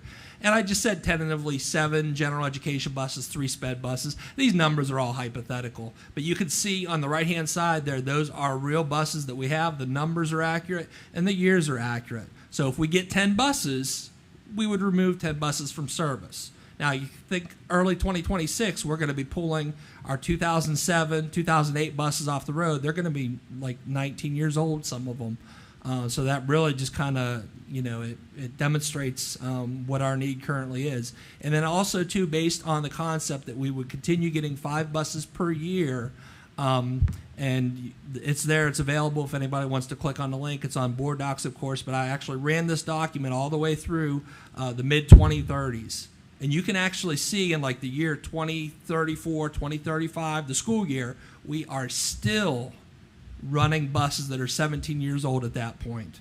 All right, so just demonstrating how urgent our need is. And I know the board, you've been very receptive to that. So really, this is just an opportunity to kind of put it in writing. And the one thing I do want to mention about this as well, this does not even account for our population growth. This does not account for adding buses.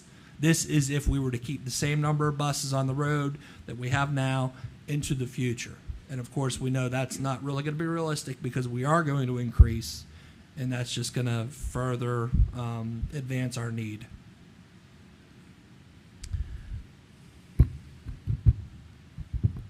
Good evening. So what we have here is just an overview of our inspection program. So we're under several different organizations, and we inspect for several different reasons. The first and primary reason why those vehicles go into the shop is the VDOE 45-day inspection. So every vehicle categorized as a school bus receives a Virginia Department of Education 45-day inspection. These inspections occur at 4 intervals throughout the school year, and of course on the website we actually have those schedules along with the support fleet schedules in our department. You can actually see when we schedule every vehicle. That's always posted to the website. So this is governed by Virginia Administrative Code 20-70-130. In addition to the VDOE inspection, all buses this year will receive a summer inspection as well, and that's going to coincide with the yearly Virginia State inspection and our internal number 2 preventative maintenance inspection and service. So all IWCS buses receive a minimum 4 number 1 preventative maintenance inspections per year, and then they receive 1 number 2 preventative maintenance inspection a year. So this is a system that was put in place by other organizations, other municipalities. They do something very similar to this. Some of them do inspections. They'll have a number 1, number 2, number 3, and then based on what those vehicles need, we add different things to the services. Based on the OEM requirements of the vehicles, they'll have different requirements for each vehicle and what we service on those vehicles. So the Class 3 and Class 2, Class 5 vehicles are primary vehicles, are heavy-duty trucks, right? So the fact that we bring them in for VDOE inspections as much as we do, that's far above factory standards. So when you see a school bus for a county on the road, typically that's the safest vehicle on the road. It's going to go into a shop more than anything else on the road, and especially ours, because we do a lot of maintenance. And luckily our vehicles, they are older, so they actually come in a lot more often than most vehicles, so we have eyes on those vehicles more than most counties probably would. We are also a Virginia State Inspection Station. Wight County Schools Fleet Services is a certified Virginia State Inspection Station. Any inspection criteria which is not outlined by the VDOE inspection manual, because they have their own manual, we defer to Virginia Administrative Code 1930-70. So that's the Motor Vehicle Safety Inspection Regulations form. That's your state police, all their inspection manuals. So if something falls outside of that, occasionally it does, then we refer to Chapter 49, Code of Federal Regulations, Part 571. And then additional inspections. We do in-service inspections. Every vehicle that comes into the school system, we do an in-service inspection. It's basically a number 2 inspection without service items. We do upfitting, we do decals, we do radios, we do strobe lights, safety equipment, and then we do retirement inspections. Vehicles that are going out of service that go to auction, we inspect those vehicles to make sure that they have all their correct documentation and that everything that is inside of that unit is no personal information from the division. We also remove the state inspection sticker from that vehicle as well, because those are our inspections, not somebody else's. And we also have several different not policies, but procedures for a lot of different things, from installation of tires, how we put in batteries, how we take care of tires. I probably have about 30 of those, and if you come to the shop, I've got them posted all over for the guys to look at every day. They really love it. Are there any questions about any of the services, anything I can answer about that? And before you ask the questions, I just want to reiterate what was asked of the Transportation Department several times is to present a plan. Plans have been presented, and now this is the follow-up, I should say, to the plans that were presented to show how in-depth their inspections go. So I asked them to come forward and just go through the listing of the rotation and the inspections and the levels of in-depth service that are provided to the buses, because I do not want anyone to think that the buses break down because of lack of service. It is simply the buses are of an older age. And I had one thing to add as well. So kind of to that point as well, throughout the whole school year, we talk about buses going down, our breakdowns, right? So perfect example, these safety codes are so very, very high standards, of course. There's a reason why a school bus is the safest vehicle on the road, because there are so many little teeny tiny things that would require us to pull the bus out of service. So like the steps, the rubber matting near the steps, there's a chunk of it missing or there's a hole of it off there, the bus has to come off the road. The strobe light that flashes on top of the bus, it doesn't work properly. The bus comes off the road. Even one of the clearance lights above the front of the back of the bus, if it's out and we don't have a replacement, the bus comes off the road. So essentially all these things connect to safety. So like whenever you hear us talking about, you know, we have 8 buses broken down or something like that, I mean, they run, but we're not legally allowed to put them on the road because this has happened. And just to kind of put it in perspective as well, we brought 3 buses in for their 45-day inspection today. None of them passed. All 3 of them are still sitting back there. We had to use sub buses for all 3. All right, so that just kind of puts it in perspective, the daily battle that we fight. And something interesting I noticed when we actually pulled this page up, so the buses that are first slated for rotation, 3 of those buses are the ones we actually had to fail today for their 45-day inspection, and a 4th one was supposed to come in today for air conditioning repair. So those vehicles are extremely old, and they need a lot of TLC, and they're beginning to become a financial burden, so it's pretty important that we get rid of them as soon as possible.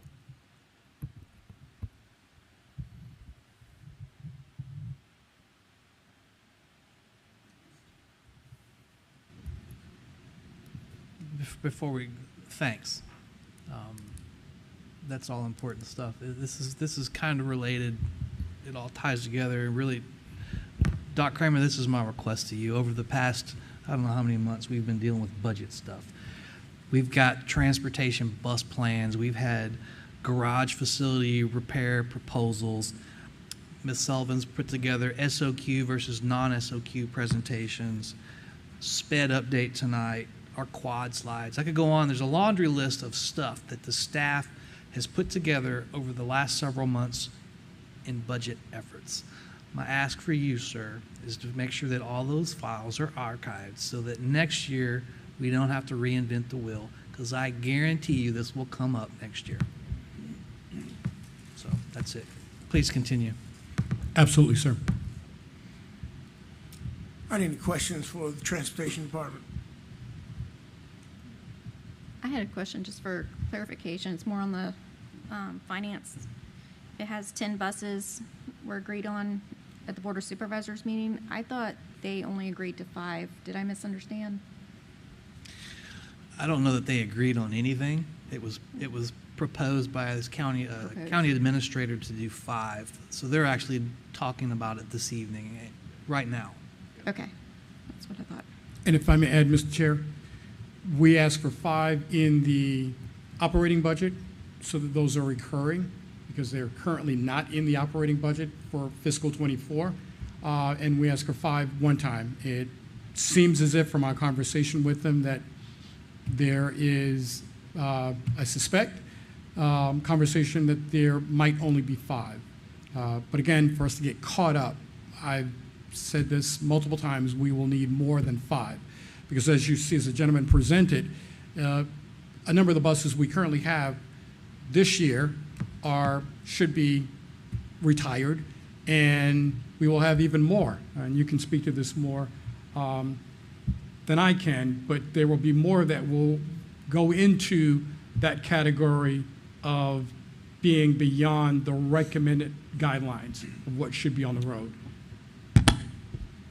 Thanks. And Ms. Perkins, we're going to get into that a little bit more on 19.2. That was part of my ask. No, I'm glad you asked. It's important. All right. There's no more questions. Thank you, Jim. Lastly, I wanted to just touch bases on safety and security. Mr. Brinkley couldn't be here tonight, but it's 2 things that I really want to emphasize. That the school safety audit, I know that's a question that comes up every single year around this time. It's already planned. Of course, we have till the last day of school and 14 days after for all of those to be completed. So it's already being scheduled at this time. So the school safety audit is being scheduled and will be completed on time. And of course, the review and the revision of the crisis management plans, that will be done over the summer also for every school to be ready to go for the school year when it opens. Now, the implementation of the standard response protocol, I'm going to allow Mr. Brinkley to get here next month and really go into more detail about that, and also the threat assessment that will be occurring at Carrollton and the actual layout for that. So those 2 items will be on next month. Okay. Have you, as all the board members had a chance to look at the TVA that was conducted? The threat vulnerability assessment? Yes. Excellent. Yes, all Thank board you. members were. And any questions concerning it? Dr. Coleman, I don't have so much a question as I do, I want to get with you after this meeting on the issue with the fire alarm system and the generator. Okay, fire alarm system? Yeah, you said the sprinkler Everyone's system. Absolutely, yes, sir. Yeah. Are we still running the Farm Lab fire alarm system in a test mode? No, it's not in the test mode at this time. We've set up a reoccurring, if you could call it flushing, at this time where we just blow it out. We set it up with ABM to blow the farm system lab out, the fire alarm, so it won't sound of that nature, because we all know it's dust. Good. It is dust what's setting it off. Why was the building built with a smoke intake there that dust can get in and set it off? I do not know. But at this time, in order to get all of it changed out, we have to go through the building officials to get that changed out, and that's what we're trying to pursue now. And have you had the opportunity to get with ABM about cleaning up the trees by Windsor High School by our friend? Clean up the trees. The tree trimming behind the Windsor High softball field? Absolutely. We're working on a solution for that and Okay. the homeowner. Thank We're you. working on a solution for the homeowner and Windsor High School. Yes. Thank you. And somebody's been in touch with the homeowner? Not at this time. I wanted a solid plan moving forward before we contact the homeowner, because I know the homeowner will want to know what is the plan and the timeline. If you would just let me know when you get to that point, I'll make the phone call. Copy that. Mr. Chair, I Yes, do sir. have a question for Dr. Cohen. Well, first, I want to mention that the fire alarms at the land lab did go off on Sunday. So it did go off. Thank you. Yeah. Secondly, in Carsville, there's supposed to be an area that's reserved for a future septic system. And it's currently being overgrown by trees, and if the trees get much bigger, then we'll have to get an excavator to go in there and take them down. Then I guess I'm told that you can't use that land for a septic system. So we need to look at exactly where that is and get them trees taken down. I do know it's on the right side as you're looking from the street behind the building by the fence area. Okay. Okay. I had a good talk with Mr. Ely the other day, and he was explaining this to me. He was on the board when all this was taking place. So he said we definitely need to get in there quickly and get that rectified so we don't have to take another area for the septic system when we need it. Gotcha. Okay.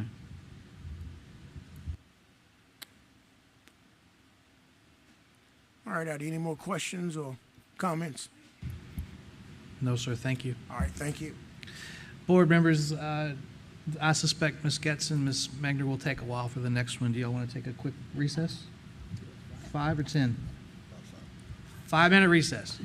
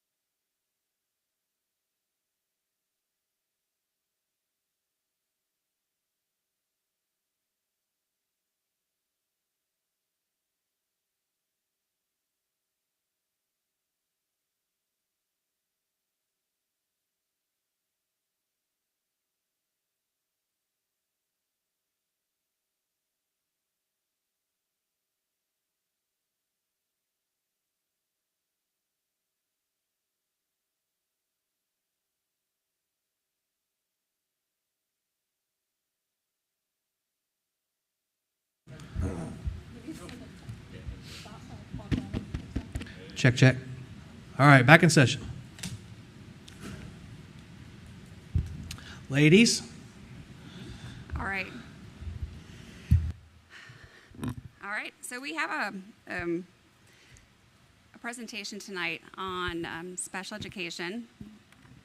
There are several topics that we're going to try to address tonight. And as we go through, if you guys have questions, please feel free to ask. Ms. Magner, do you mind if I tee this up a little bit? Sure.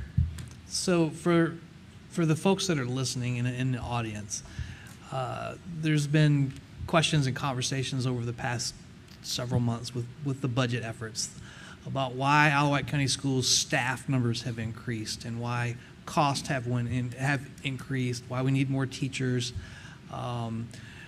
discipline issues. There's a whole barrage of stuff that's interconnected, and this is a step to address some of that.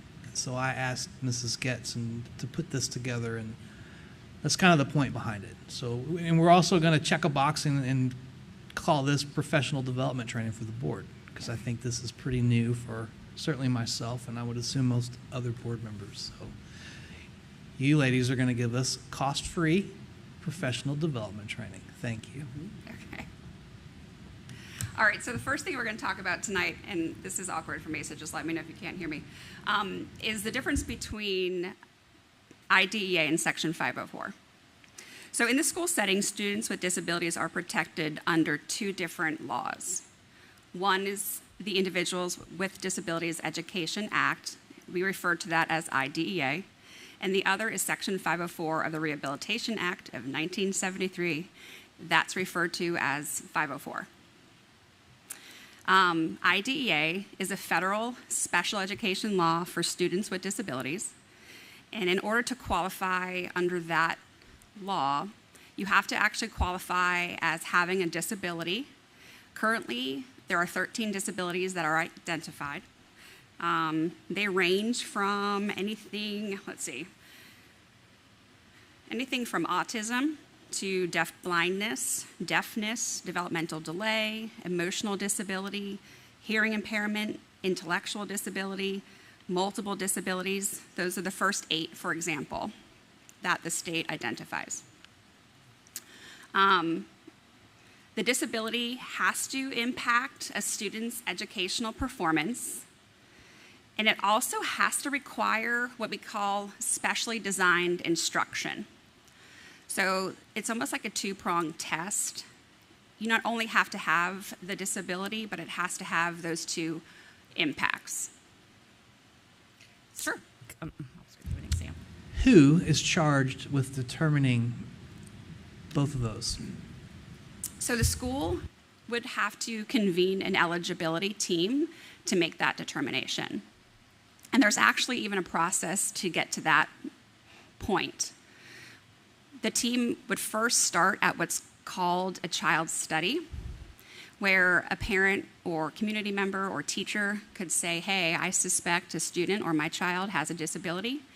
And then the team convenes and takes a look at the data and determines, do they in fact suspect a disability?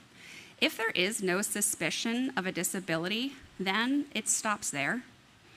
Students at that point could participate in interventions at the building level because there's simply not the suspicion of a disability, but we also want to see if there's a need for intervention.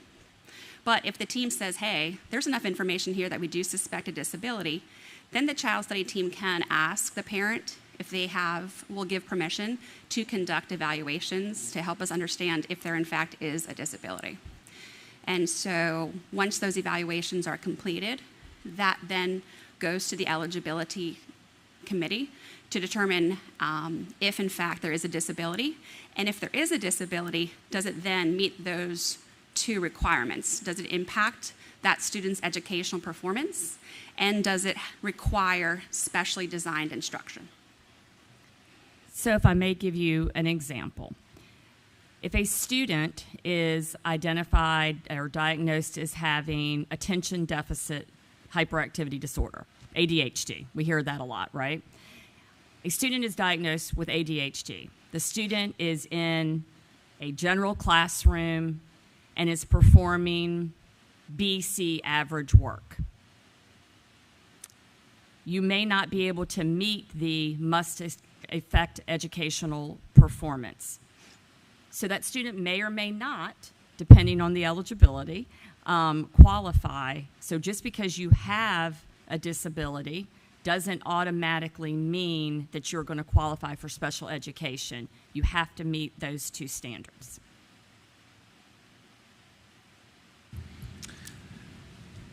How many people comprise the assessment team? It will vary depending on what assessments are required or consented to.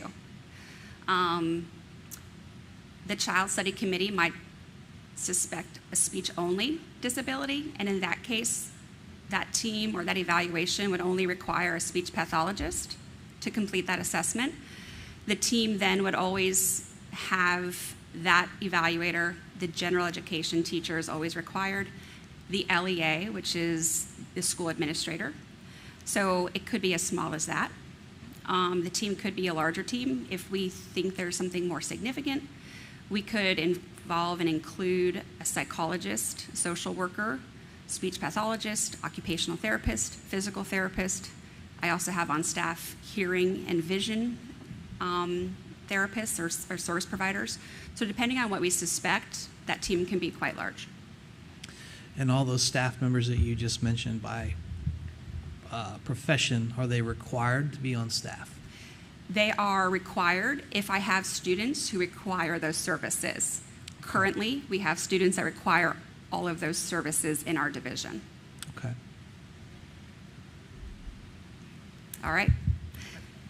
So moving on to Section 504.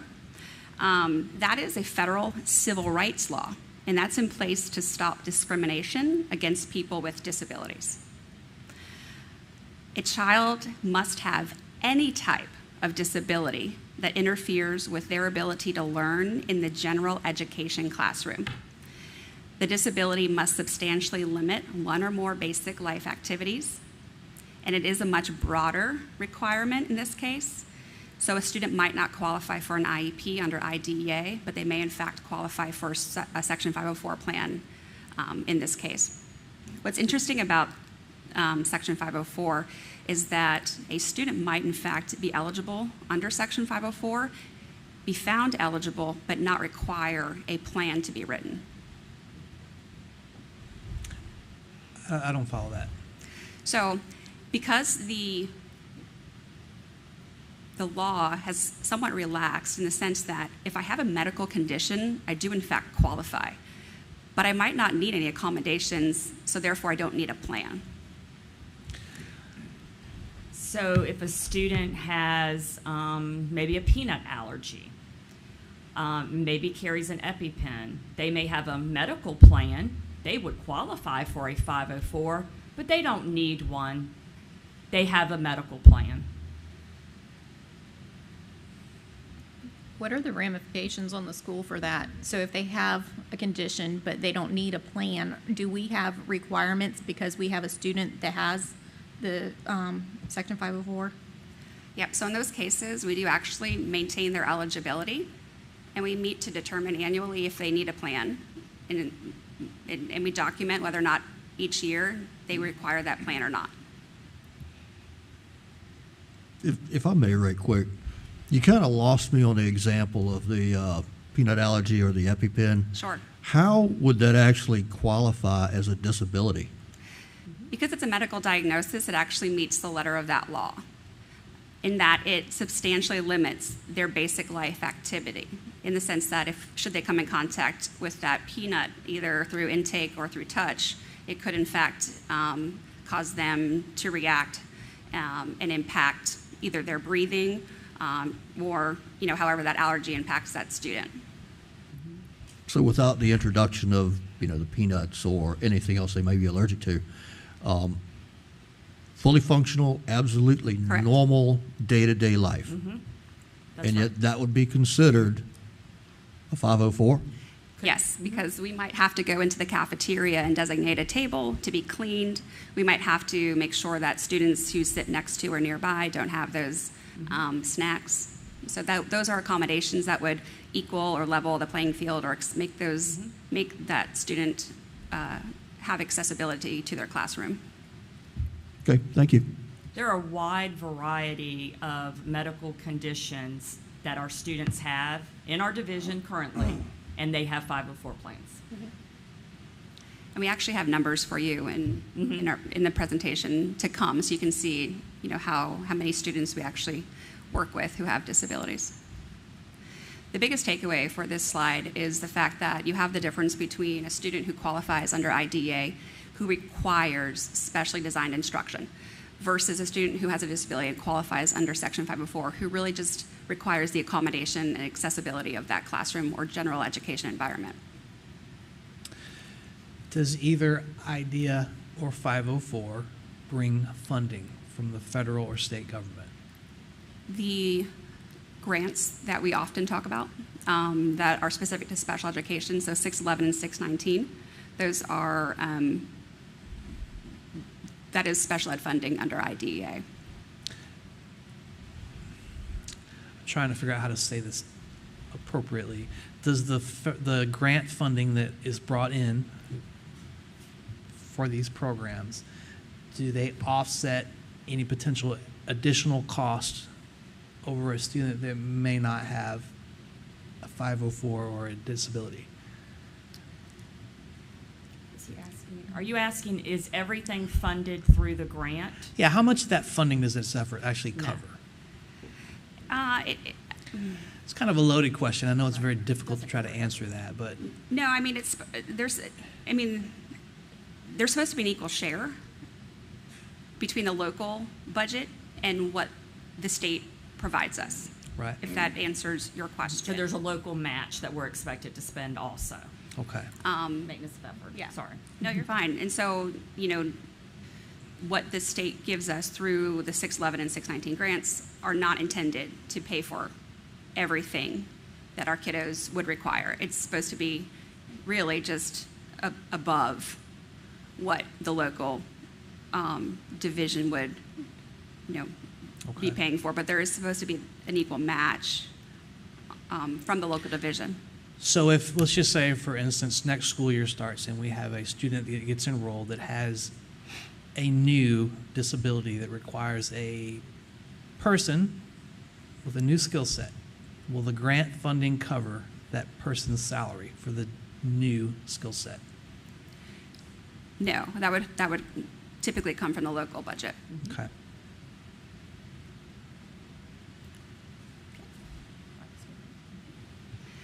All right. So the next thing we want to talk about are the continuum of placement and services. We spoke just now about specially designed instruction and students requiring those types of services. There is something that we call LRE. That's short for least restrictive environment. And that speaks to the idea that each local educational agency shall ensure that to the maximum extent appropriate, children with disabilities are educated with children without disabilities. And that special classes, separate schooling, and other removal of children with disabilities from the regular educational environment occurs only if the nature or severity of their disability is such that education in the regular classes with the use of supplementary aids and services cannot be achieved satisfactorily. So that's from the regs. Ultimately, what that means is that kiddos with disabilities should be educated among and with their peers. When we make decisions to remove students from their general education environments and peers, we have to do so with a great amount of data. So the column or that list of placement options you see there is what IEP teams have at their disposal when they are tasked with understanding placement options for the kiddos that they're working with. Sorry. Most of our kids receive their services in what we call a public day school. And that's like any of the schools we have here within the division. public separate schools would be, an example of that would be something like our CSEP partnership, where we have a separate school that our kiddos would, require something a little bit more restrictive than the schools that we would offer, the services that we would offer here. And then further down, you see, for example, a private day school. So as you move down this column of placement options, they become more and more restrictive. So as our teams work through these placement options, they're using the data that they're collecting as they're working with our students to determine, is there data to support the need for more restrictiveness? And so the data that we're collecting is really, aligned with either cognitive needs or more likely behavioral needs. We do that through functional behavioral assessments. We do that through behavior intervention plans. We monitor the goals and our progress on the goals in our kiddos' IEPs. And based on that data, we do make decisions about the restrictive needs of our kids. But the regulations do say that we need to try our hardest to keep our students with disabilities in those general education settings. So, again, as I explained, typically our kiddos are in that public day #1 school setting. When we are in that setting, we do have the option in terms of how we provide our services to our students. So that's when sometimes you hear that conversation about general education setting, special education setting. Sometimes you hear it referred to as push-in services or pull-out services. Sometimes you'll hear it referred to as inclusion versus self-contained. Really what we're looking at is if we're pushing in our special education teachers into the general education setting and providing our services there, that's the least restrictive because we're working in and amongst the other teachers, content area specialists, and with other kiddos who don't have disabilities. When we are pulling out of the general education setting into our smaller classrooms, we might have to do a little bit more specific work. So that would be in the special education setting versus the general education setting. We have those options.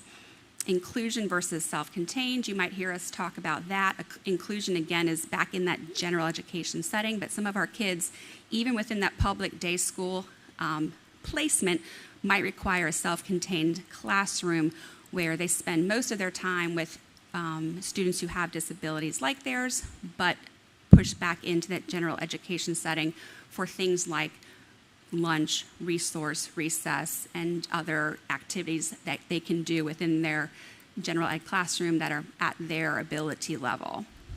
So there's lots of options that we can, that we can use, but there's a lot of conversation and data that has to go into those decisions that we make. What do the numbers in the parentheses represent? Those are state codes. Okay. That's a lot to digest. Mm-hmm. It is. Is there a side benefit when you have the special ed teachers in the general main classroom with all of the children? Is there a crossover that happens or any special help, or does it seem to benefit the classroom, I guess, in some way? It's great in when it works out that, for example, a special education teacher who's pulling a small group can pull a small group and provide remediation for the kiddos that they're working with, but also can pull and provide remediation for a kiddo that might be needing the same thing, or provide a tactic or a skill or a way to do something to the whole group that is intended for their one kiddo, but everyone can benefit from it. One of the cool things I saw when I taught, for example, is my kiddos required visual schedules so that they understood, what was going to happen next. So I put them throughout the classroom for my kiddos, but, the other kindergarten students who didn't quite know what was coming up next could still use those visual schedules for their benefit, even though they were intended for my kiddos who had autism. You know, the students who didn't have disabilities sitting next to my kiddos who had autism could look up and benefit from that visual schedule as well. So those things that we do as special ed teachers who you know, we put those accommodations or those things in place for our kiddos who have disabilities, we do those things for our students who have disabilities. They're actually benefiting other kiddos, you know, inadvertently.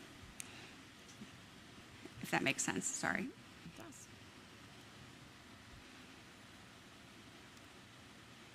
Okay. All right, so moving on.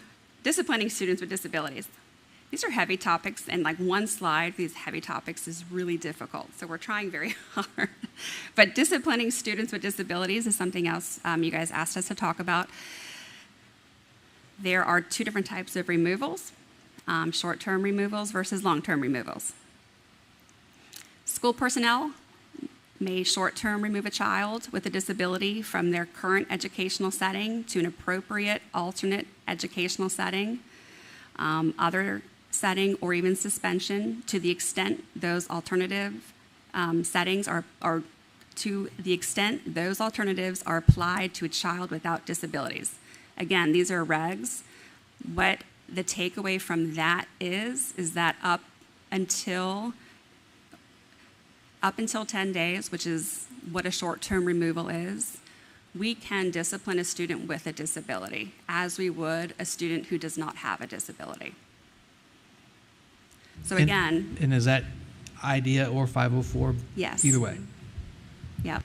So again, a short-term removal is for a period of time that's up to 10 consecutive days or 10 cumulative days for that school year. And during that time, we, the local educational agency, we're not required to provide services during that first 10 school days in a school year that a child with a disability is short-term removed. Okay? All right. With a long-term removal, which is for more than 10 consecutive school days, or if those are cumulative, 10 cumulative days, for that long-term removal, a child with a disability who is long-term removed receives services during that disciplinary removal. So that's the difference there, right? Once you hit that 10, once you go over that 10-day mark, we are now providing services for that student with a disability. We have to ensure that that student with a disability continues to receive educational services to enable the student to continue to participate in the general education curriculum. And we have to make sure that we have to continue to receive, the student has to continue to receive those services and modifications, including those described in their IEP, and enable them to progress towards meeting their IEP goals. So we basically have to make sure that students who have disabilities who are long-term removed are receiving access to their general education curriculum, the ability to access their IEP goals, and make progress on those goals. And I think the important takeaway for this is it doesn't have to be 10 consecutive days. In the course of a school year, you might have a couple of days suspension in September sprinkled in, maybe there's a couple in November, January. Once you hit 10 days and beyond, we are now constituted a long-term removal, and then we're going to get to the next part because that brings up another requirement, which is the manifestation determination, right, which you've probably heard us talk about MDRs. Yeah, if I could ask a question Yes. on this. So as we're looking at, children with disabilities doing something wrong that may get them removed from school, may get them disciplined, do we look at intent, the child's intent, especially if it's something that would be egregious had a mainstream student done it? And I think that's where the MDR is going to come in. Okay. Yeah, so as Susan indicated, that 10-day threshold is is really important because once we breach that, it is considered a change of placement, and that's what triggers the MDR. And the MDR is what's called, or what we refer to, it's the manifestation determination review. So the MDR, that manifestation is required if the LEA, us, is contemplating a removal that constitutes a change in placement for a child with a disability who has violated a code of student conduct of the LEA that applies to all students. The MDR has basically a job to do. They have to determine whether or not the conduct is or may be a manifestation of that student's disability. So I think that speaks a little bit to what you're talking about, Mr. Collick. We know what was the intent behind it potentially. If the conduct, so there's really two questions that they have to answer as a team. If the conduct in question was caused by or had a direct and substantial relationship to the child's disability, or if the conduct in question was the direct result of the local educational agency's failure to implement the child's IEP. Those are the two questions they have to consider. If the IEP team or the MDR team determines that the child's behavior was a manifestation of the child's disability, so they say, yes, in fact, it was, the IEP team shall return the child to the placement from which the child was removed. So they go back to the placement that they came from, unless the parent and the LEA agree to a change of placement as part of the modification of the behavioral intervention plan. So there could be a change, but it has to be agreed upon. Okay, that makes perfect sense. Okay. Thank you. If that MDR team determines the child's behavior was not a manifestation, then school personnel may apply the relevant disciplinary procedures. Okay. So to be clear, the only time you conduct an MDR is if whatever the behavior was constitutes something over 10 days. Either consecutive or cumulative.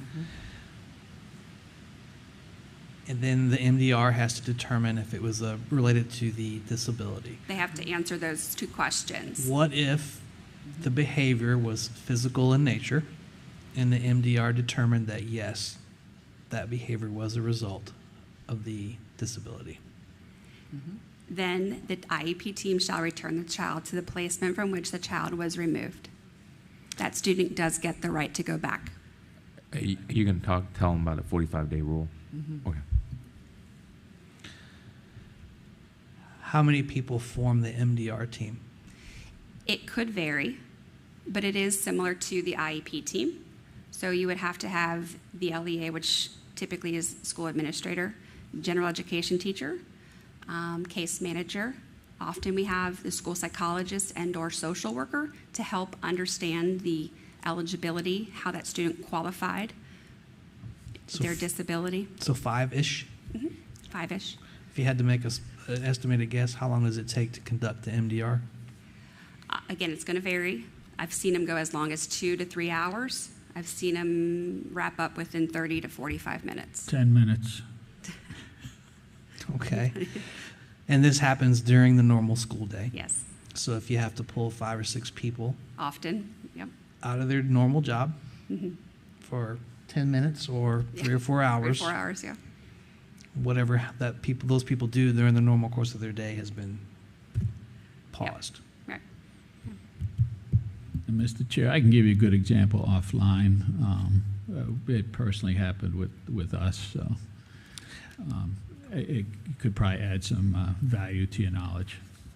Yeah, it's a touchy situation. I get it, and so I think it's important to understand. There's a lot going on. It requires a lot of staff hours. Everybody involved with this must have angel wings and patience of a saint. They do. So the one other that PAC referred to is we may remove a student up to 45 days under certain circumstances, such as weapons, drugs, or seriously bodily injury. Those do constitute reasons that we can remove a student regardless of the MDR for those serious offenses. With or without parental agreement, Yes. but only 45 days. Up to 45 days, and then there may be beyond depending on what the recommendation is. But we can immediately remove up to 45 days for those reasons. And who makes that determination? The school would make the recommendation. Okay, so it'd be the standard procedure, and then unless the Absolutely. parent decided, I don't like that, and they would petition and, got it. Yes, that would go through our due process. Understood. Yes. Mhm.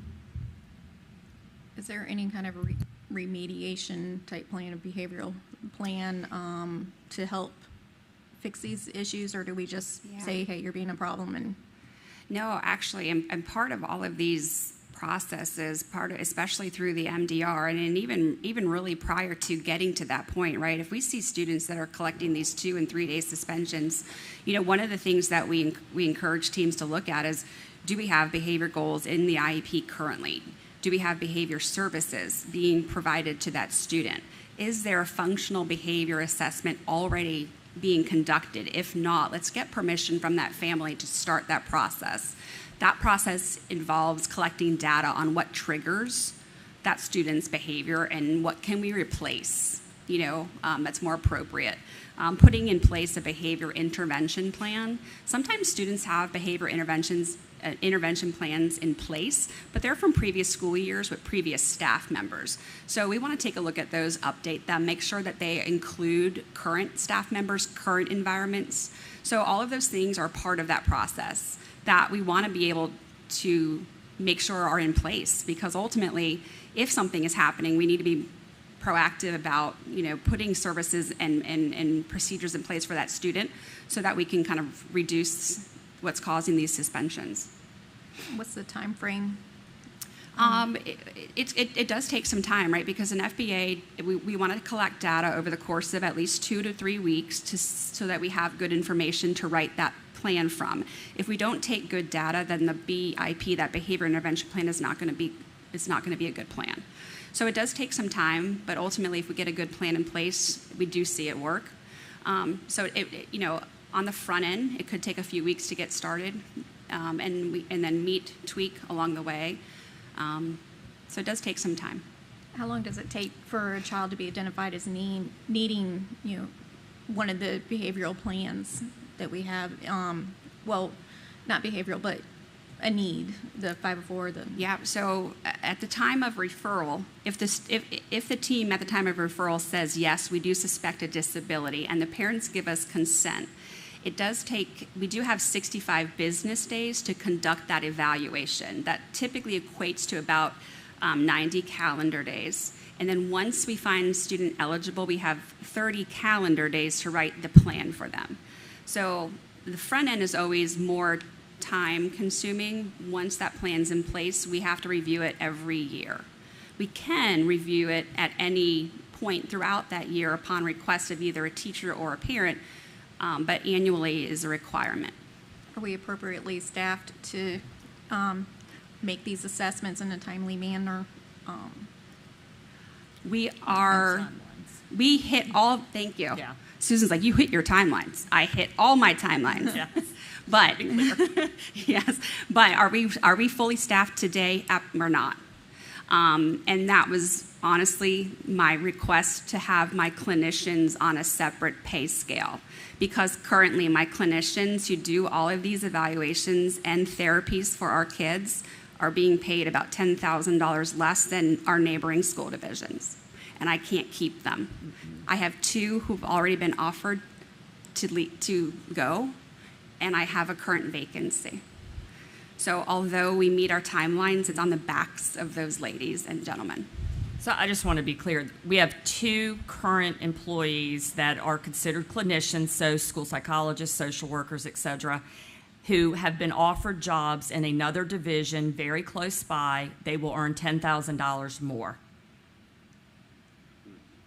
It's kind of hard to keep them. And honestly, it'll cost me more. Yes. It'll cost me $300,000 with a vendor to replace those 2 people. So bottom line, staffed or not, you still have to meet the goals. Correct. That's exactly right. You It have does to not outsource. matter. You have to outsource. Yes. Correct. And it's very, very, very expensive to outsource. Yes. But we haven't missed a timeline. or a service, and it's really on the backs of those staff. Mm-hmm. It's good to know. All right, so let's talk about numbers. Yeah, go ahead. Oh, okay. So we went through, and we went all the way back to 2016 to look at how we've been increasing as a division with regard to students who qualify under IDEA. So these are not including the numbers of students who have 504 plans. These are just my kiddos who have disabilities under IDEA. And you can see in 2016, we had 699 students. We pulled this information from state reports, so it's a very consistent number. It's nothing I made up. We have moved from 699 students in 2016 to 853 students in 2023. So we have had a 22% increase since 2016. Is this because we're getting more students with these disabilities, or is this across the board pretty much in the U.S. that we're finding more disabilities? Do you know? I'd be Sorry, guessing. I'm throwing that. I would be guessing because I haven't looked. Okay. But I will say I've been here for a while, for many years, and we've seen a lot of movement into the county. The developments have brought many families, and we've felt that impact. Mm-hmm. So that's roughly 15% of the student population. That right? sounds about right. Yep. Mm-hmm. And I did want to point out, because staffing has been, it has been brought up in terms of my requests, and I think I've been very conservative. As you can see, since 2017, our percent of actual staff, SPED staff, has only increased by 16%. So although my kiddos have increased 22%, the staff has only increased by 16%. Do we happen to have the number? There's a 22% increase for the general population of students, the percentage that are SPED. Has that percentage increased in relation to the total number of students? Not necessarily how many students are in here, plus we have this growth. Has the ratio remained the same for the general population? Sorry, I'm throwing these at y'all. I'd have to look. I didn't look at that specifically. Okay. I'd be interested to. So I'd have to look. So we'd have to look at the population for 2016. Right. Right. And just see what percentage of that population in 2016 were SPED. Mm-hmm. So is it county growth in making these numbers larger, or is it just a larger percentage of the kids we have need services We can check. more? We can get back to you on that. Appreciate it. Yep. Yeah, Ms. Magner. Yes. Now, all of our kids have a home school, all of our special needs kids. So if they're going to a school outside of the county, Yep. okay, are they included in these numbers? Yes. Okay. So, and relative to that, if you could kind of let me know roughly how many children we had going to other schools outside the county over the last few years compared to your staff. Okay, and I'm just trying to get a feel for the actual number of students we had within the county going to school who need teachers in the county, and kind of see that graph as well. Okay. Okay. Okay. Thank you. Yeah, I'm hoping Susan wrote that down. I got it. You got it, Susan? Okay, thanks. And I would assume that the number of staff required is going to fluctuate based off the specific student as well. So It is, and that's actually something I point out in a later slide. I do want to show, though, that the southern end of the county versus the northern end of the county is slightly different in terms of the growth that we've seen. Windsor has skyrocketed, and if you look at that, for example, in 2016, they had 65 students with disabilities at Windsor Elementary School, but right now, or in 23, when we took that number, that was 121 students. So they saw a huge increase at Windsor Elementary School. But other than that, over in the northern end of the county, Smithfield High School, west side, have really seen some growth. And those were the three inclusion positions that I asked for the upcoming school year: West Side, Smithfield Middle, and Smithfield High. Smithfield Middle doesn't show as much growth here since 2016. For some reason, 2016 was a weird year. If I had shown you this graph as of 2018, it would have looked a lot different. We don't know why. 2016 had a... But it went up and then it went down. Very So down, then yeah. we had a huge increase after, what was it, 2018? Yeah. So, but the northern end definitely is being hit a lot harder, and I do believe that is because of the population that we're seeing with the developments that are coming in. But I also wanted to show the percent change by disability category, because that's always really interesting. You'll note that we've seen actually a reduction in the students with intellectual disabilities and even those with emotional disabilities. Those are off to the left. What we have seen an increase in over the past few years is other health impairments and developmental delays. But I also want to point out the multiple disabilities category has a 25% increase. Multiple disabilities is a very unique category in that a student, in order to qualify for that, has to show several disabilities all at one time, and one has to be cognitive. So students who qualify as having multiple disabilities have cognitive impairments along with typically physical impairments and typically health impairments. And the requirements to teach that population are very specific and require a different licensure. And so I do note that when we see that increase, it affects us very differently. Those classrooms have to be capped. Licensure requirements have to be different. So that 25% increase hits us hard. I have to have different teachers, multiple instructional assistants, and I have to have smaller classes. Similarly, with that developmental delay, those are my babies.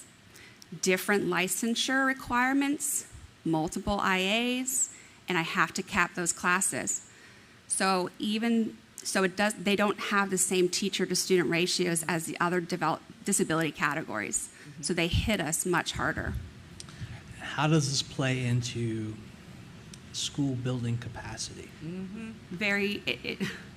We don't have enough space. Right.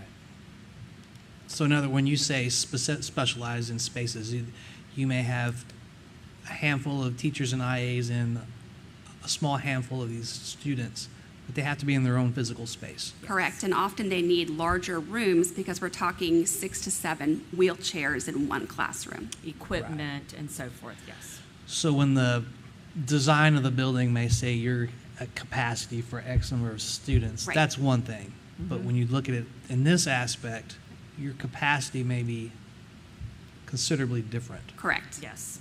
So you actually have to say, what class is that?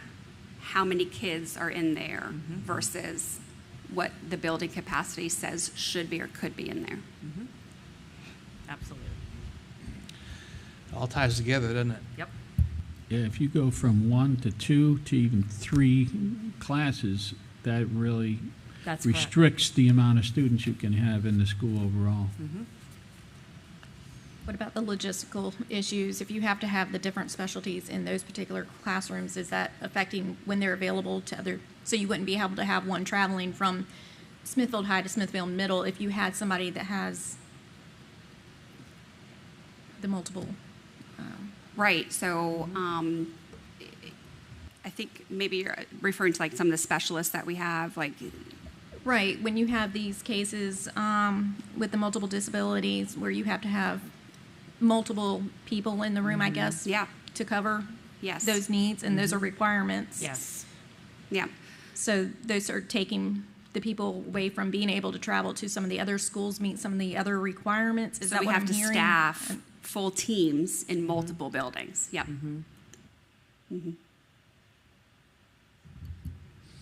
I think it's also important, that the public know that public school can't accommodate every special needs student. So if you could speak to that just a little bit, so people are aware of that. We can't always. I will first quickly just go back to that least restrictive environment requirement. We have to always try. And then we have to work through that continuum. But on that continuum, number 3, for example, is that private day. We do have students who, you know, as you're referencing, do require a restrictiveness of a private day, for example, where, you know, we have said that their behavior or their cognitive needs or their medical needs sometimes just are significant enough that we can't provide for them what they need. And so, yes, in some cases IEP teams do move down that continuum with the data, and they make that decision. Exactly. Thank you. And if you can't, then what? If the team can't, If you can't meet the child's needs, then what? if the school can't meet the child's needs, then they move to the next. They move to the next placement option until we find an option that can. And I will, you know, the most restrictive, one of the most restrictives is the home. And we have in the past had to provide services for some medically fragile children in their home setting. So in a situation like that, you would physically send staff to do. someone's home, and that occurs today.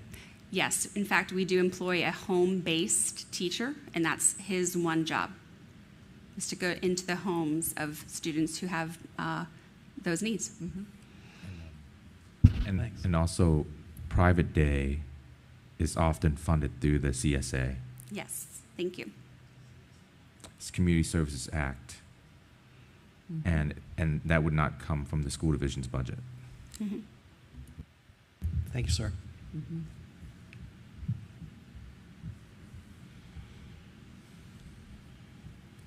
Any other questions? Alrighty. Thank you. Thank you, ladies.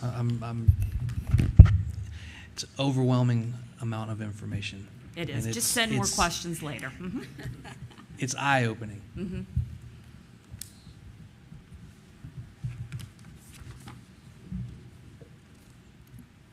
I think you did a nice job, Trish.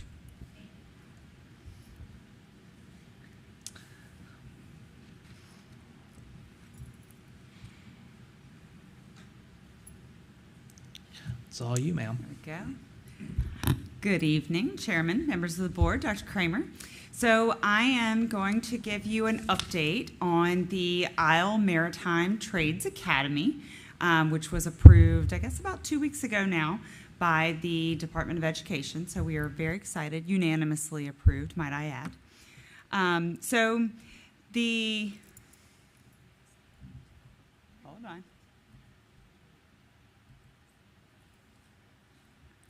There we go. Okay.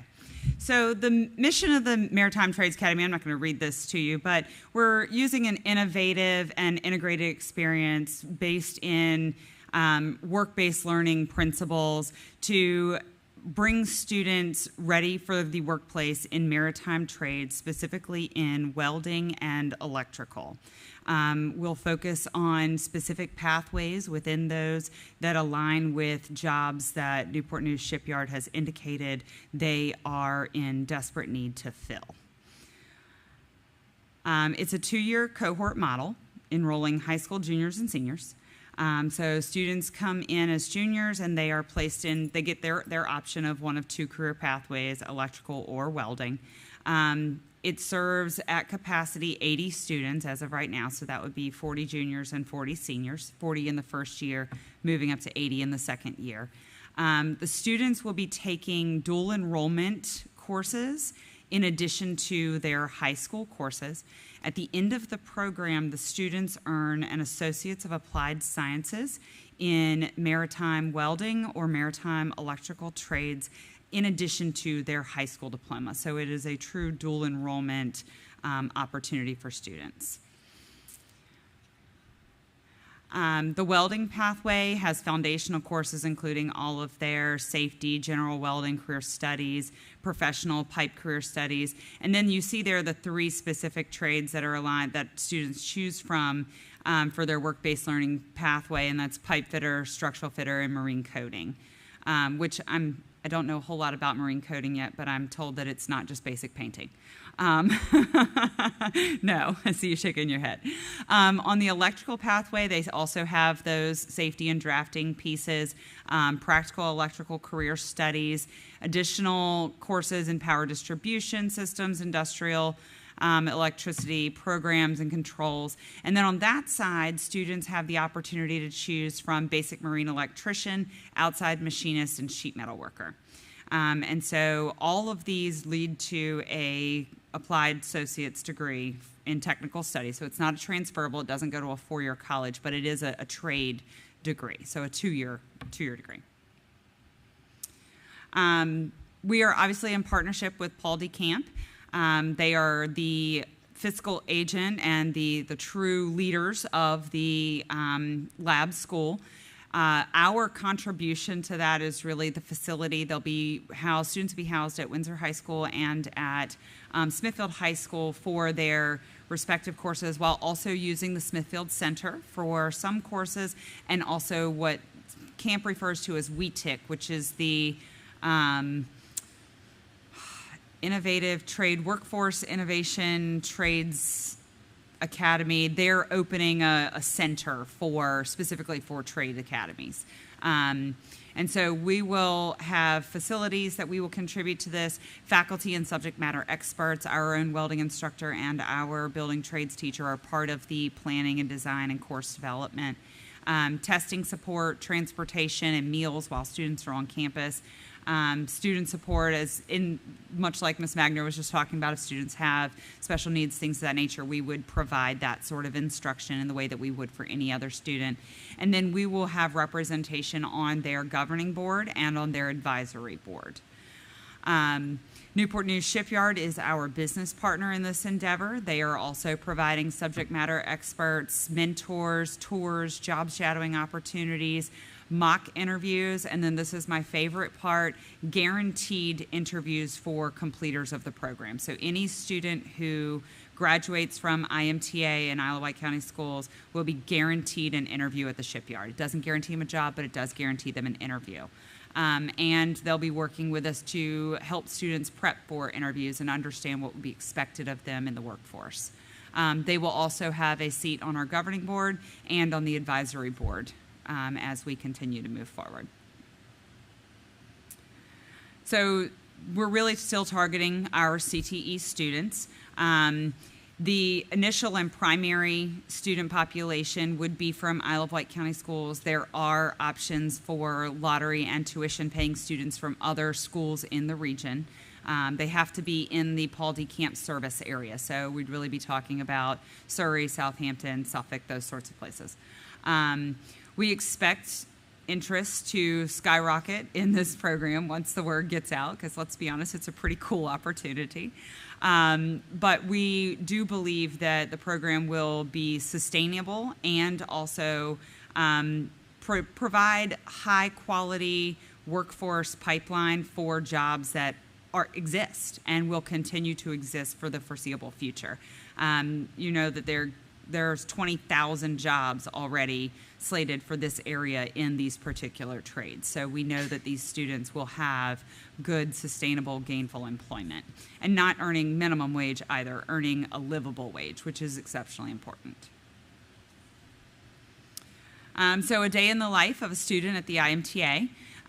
They would spend their first semester in the morning. They would take their content courses, so they still have to take English, they still have to take math, they still have to take all the things that you have to do to graduate from high school.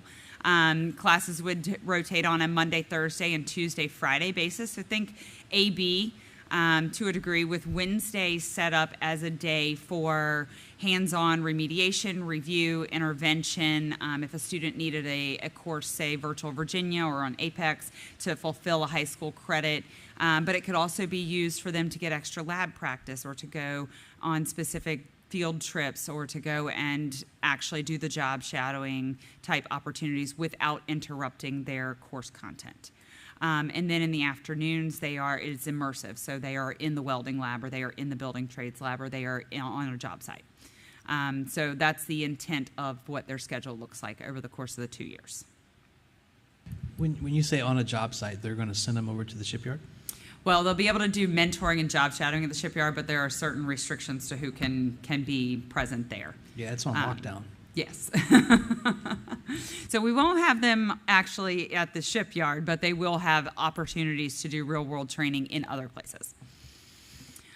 So there's a lot of outcomes here. The Department of Education was very specific about the specific metrics we would use to measure our success in these programs. As you can see, we're very confident in the instruction that our students will be receiving because these are really high numbers. I do believe we'll be able to achieve them with 95% of the students demonstrating satisfactory completion and retention in the program. 100% of them meeting their high school diploma requirements, being ready for and taking their workplace readiness assessment, their OSHA 10, and then also that 75% of them would be employed within the field within 6 months of high school graduation. And I think that's one of the hallmarks of what this program can provide for our students. And this is the last slide. There's a lot of numbers here, but this shows how year 0 is the startup year. The lab school was awarded $1.1 million from the State Department for their startup cost. And then you can see that the programs, all lab schools have to be self-sustaining within 5 years. So this kind of builds out and shows you where those funds come from and what we would, in a very general way, what we would be looking to create fund-wise that would allow us to make it sustainable. And the college is very confident that they can do that.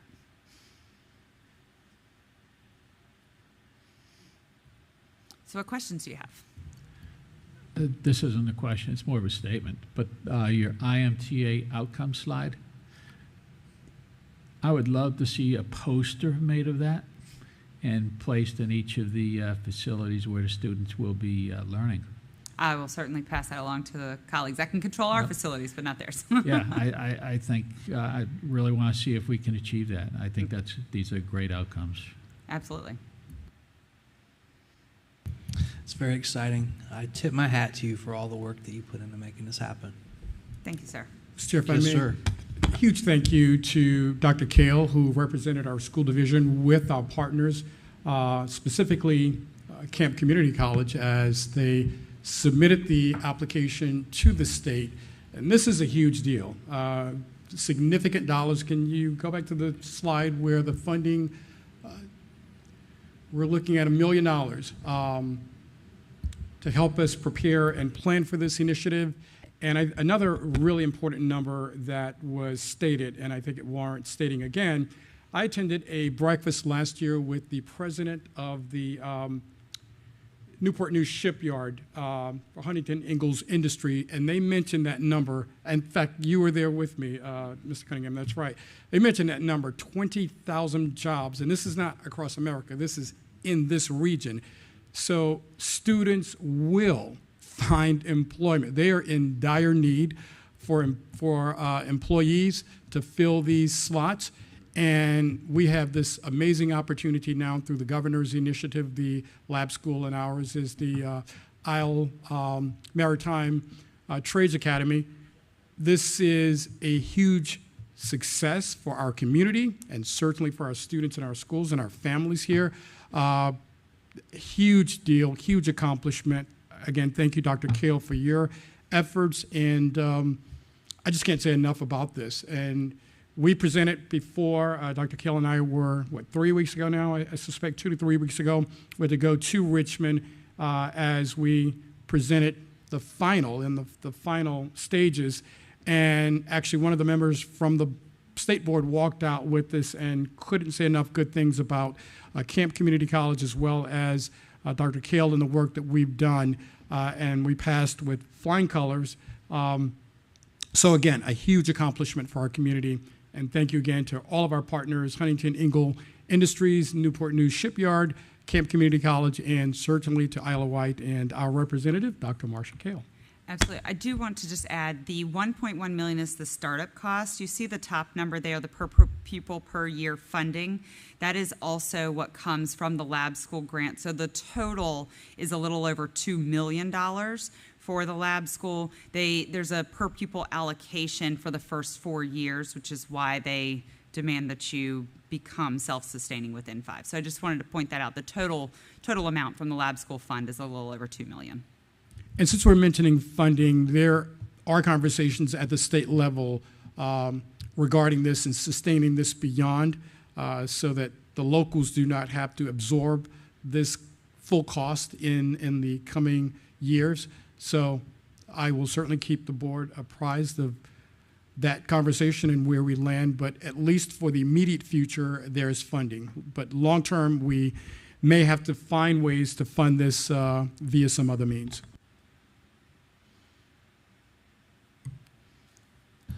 Looks like a positive return on investment to me. I agree. Thank you. Right back to you, sir. Thank you, Mr. Chair. Okay, as Mr.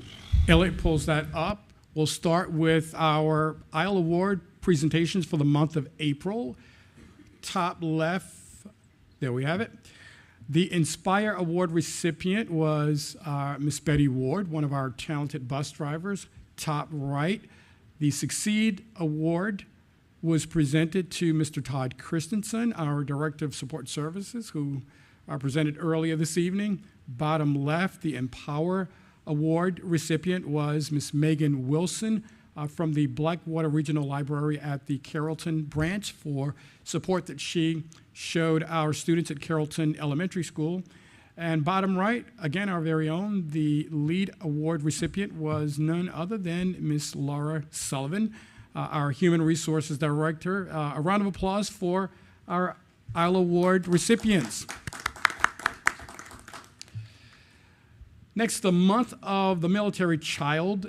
April was a month of the military child throughout Wight County. We took time to recognize the contributions of children whose parents serve in the military in numerous ways, whether including cookouts, classroom activities, division-wide Purple Out Day, and more, as you see some of the photos from around our school division. So huge thank you to all of our military men and women who served and the families who sacrificed in so many ways. And we certainly have gentlemen here and lady whose families are military families. So thank you all. We salute you and we thank you for what you do.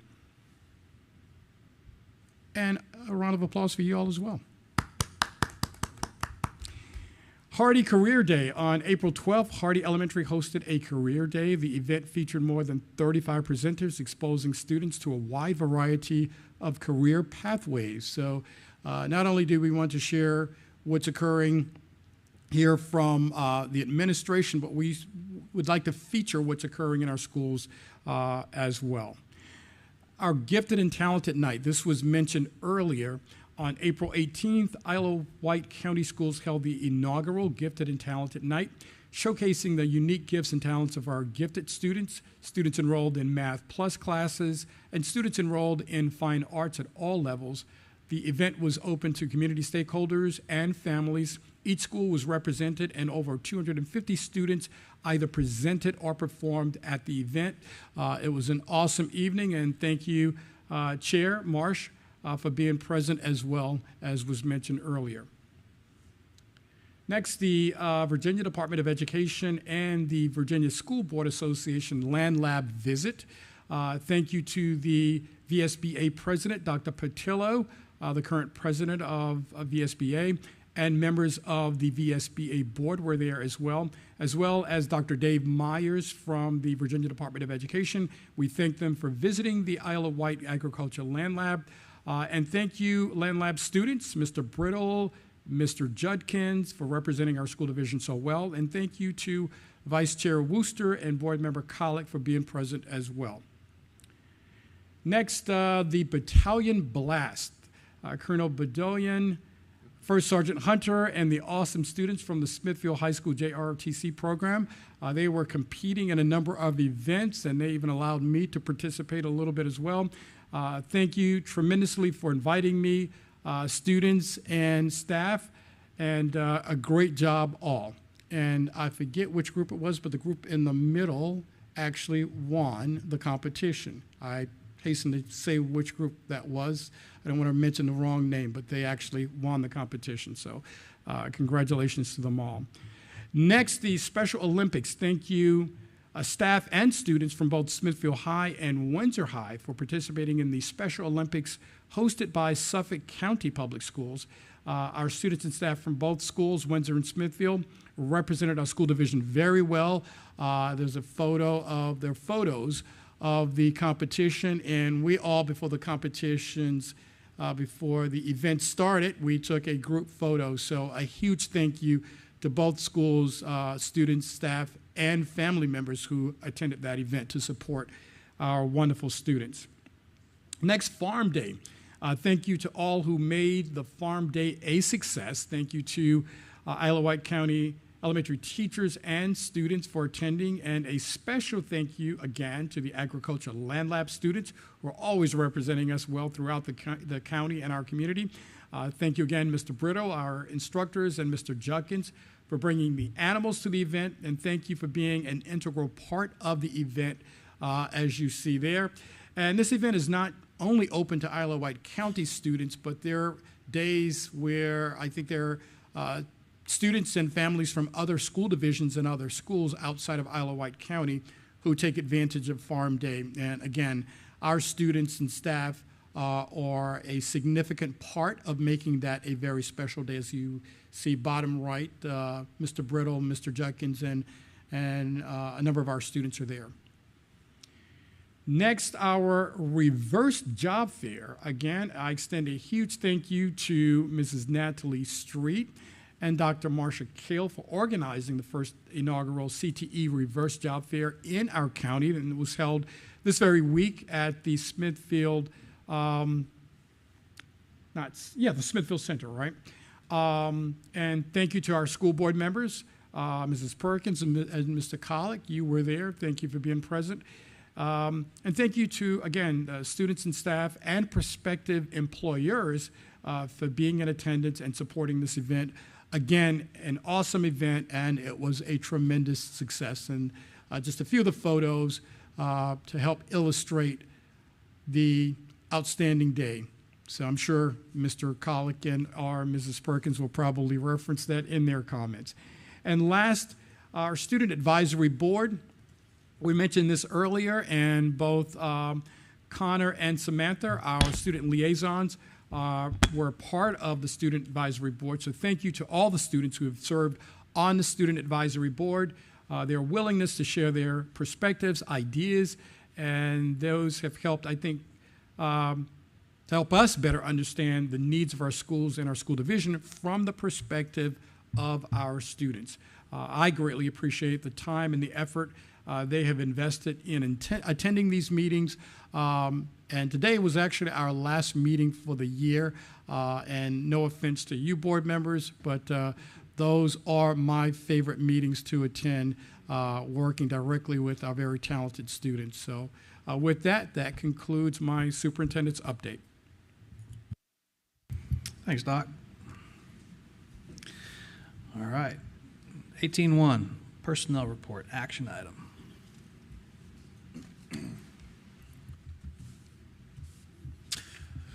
Mr. Chair, I move to approve the personnel report as presented, a copy of which can be obtained from the school board clerk. Second. We have a first and a second. Any discussion? Hearing none, Madam Clerk. Mr. Collick? Yes. Mr. Cunningham? Yes. Mrs. Perkins? Yes. Mr. Wooster? Yes. And Mr. Marsh? Yes. Motion passes. That takes us to item 18.2, religious exemption requests.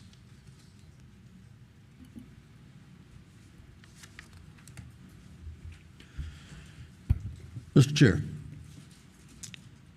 I move to grant the exemption from compulsory attendance for student REX 2324-09, REX 2324-10, and REX 25-01. Second. Motion and a second. Any discussion? Hearing none, Madam Clerk, please take a vote. Mr. Colick? Yes. Mr. Cunningham? Yes. Mrs. Perkins? Yes. Mr. Wooster? Yes.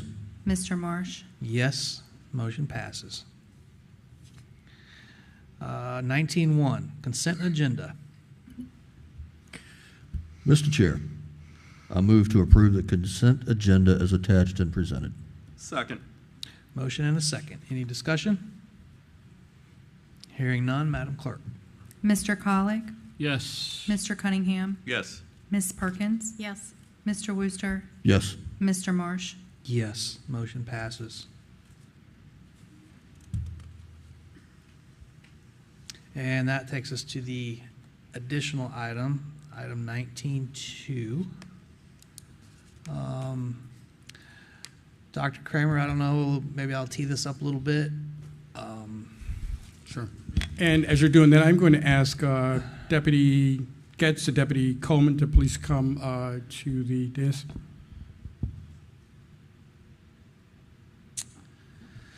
So I just wanted to update the whole board and anybody who's watching and following the budget talks. I stay in routine, regular contact with Mr. Colick as he and I are the finance committee, and I do my best to backfill the rest of the board separately with email. I've been on the phone, goodness, probably almost daily with Superintendent. So, you know, there's a lot going on with the budget, so I think it was nice to hear Mr. Brown get up there and say good on us. And I do think we all deserve a pat on the back. We worked hard on the budget.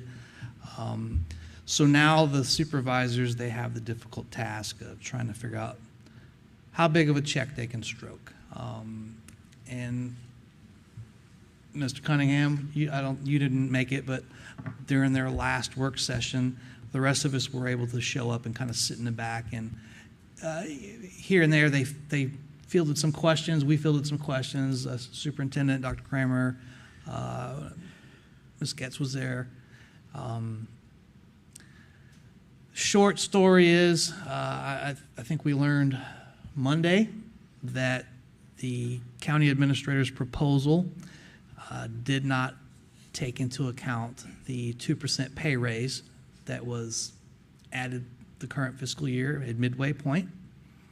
It just wasn't accounted for it. So their original proposal was actually short nearly $1 million. That presented some significant concerns. I ended up on the phone with Superintendent, Dr. Roberts. We got all synced up. I got Mr. Colick on the phone, and I reached out to the Board of Supervisors. And my thought process was I wanted to make sure that everybody involved, us as decision makers and the Board of Supervisors as decision makers, were absolutely clear on the possible impacts of their budget as presented. Dr. Kramer, on a very short notice, worked with staff. Staff put this list together that we're all looking at. And it's just reality, right? So if we're funded as it's been approved, and I don't know what was discussed tonight, I have no clue, none of us do. These are some of the possible impacts. And so Dr. Kramer, you can talk through as much of this or as little as this as you want. We can all read it. I don't think much of it is a surprise, but I think it's worth echoing. Sure. Thank you for that, Mr. Chair. So, as you stated, we do not know what the final numbers are going to be just yet. I'm not even certain if the Board of Supervisors voted this evening or whether tonight was a work session and they will vote next week. Additionally, we do not know exactly what funding we will receive from the state. The state, I think, will be voting next Wednesday. I think the General Assembly and the Governor's Office are working together. So we're hearing that we might get some more information Monday. I think there will be a presentation of the budget at the state level, and we think there will be a vote on Wednesday. Dr. Roberts, who is our resident expert on budgets, said that we may not know how that applies to us next week.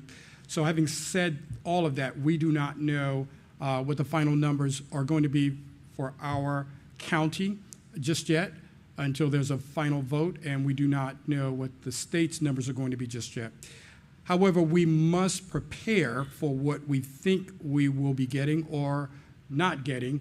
And if I may share just a few items with you, and certainly we'll ask, we welcome questions, and we'll ask the deputies to chime in as they deem appropriate. But if we receive nothing that we've asked for, if nothing changes, we will actually be in a hole. And here's what I mean by that. And if Sure. I may, when you say if nothing changes, what you mean is a flat budget. So the county contribution mirrors in FY25 what we're getting now in FY24. That is correct, That's what sir. you mean. Thank That's right. So if there's a flat budget and there are no changes and we receive no additional revenue, we would actually be in dire straits. A few examples are the governor's school tuition increases for both the governor's school for the arts and the governor's school for science and technology. That tuition will increase for next year. We know that. The Southeastern Cooperative Educational Programs, better known as CSEP, which supports our special education students and programs, that tuition will go up, no matter what we do. Our ABM facilities maintenance control contracts will go up by 3%. I think that's approximately $110,000. Our CIP maintenance for facilities repairs, currently there's $250,000 that we're receiving annually. We were hoping to receive an additional $250,000. Some of the needed repairs that we know of today, the Windsor High School sinkhole, which was mentioned earlier this evening, Windsor High School elementary generator, Windsor West Side, where we sit, elementary school HVAC control. We're just informed that we need another well for the agricultural land lab for capacity. And those are the repairs we know about today. There could be repairs and things could break or needed repairs could occur for next year that we aren't even projecting. With what I just mentioned alone, those are hundreds of thousands of dollars of needs that we don't have the luxury to say we're going to push that off and not fund those things. That's not an option. We would have to find the funding to support these initiatives.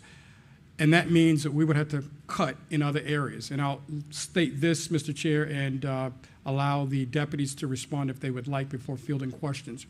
We also mentioned, based upon potential enrollment increases, we suspect, based upon trends, we would need, I think, 6 or 7 special education positions alone, based upon projected increases. That would be somewhere in the neighborhood of over $500,000 alone.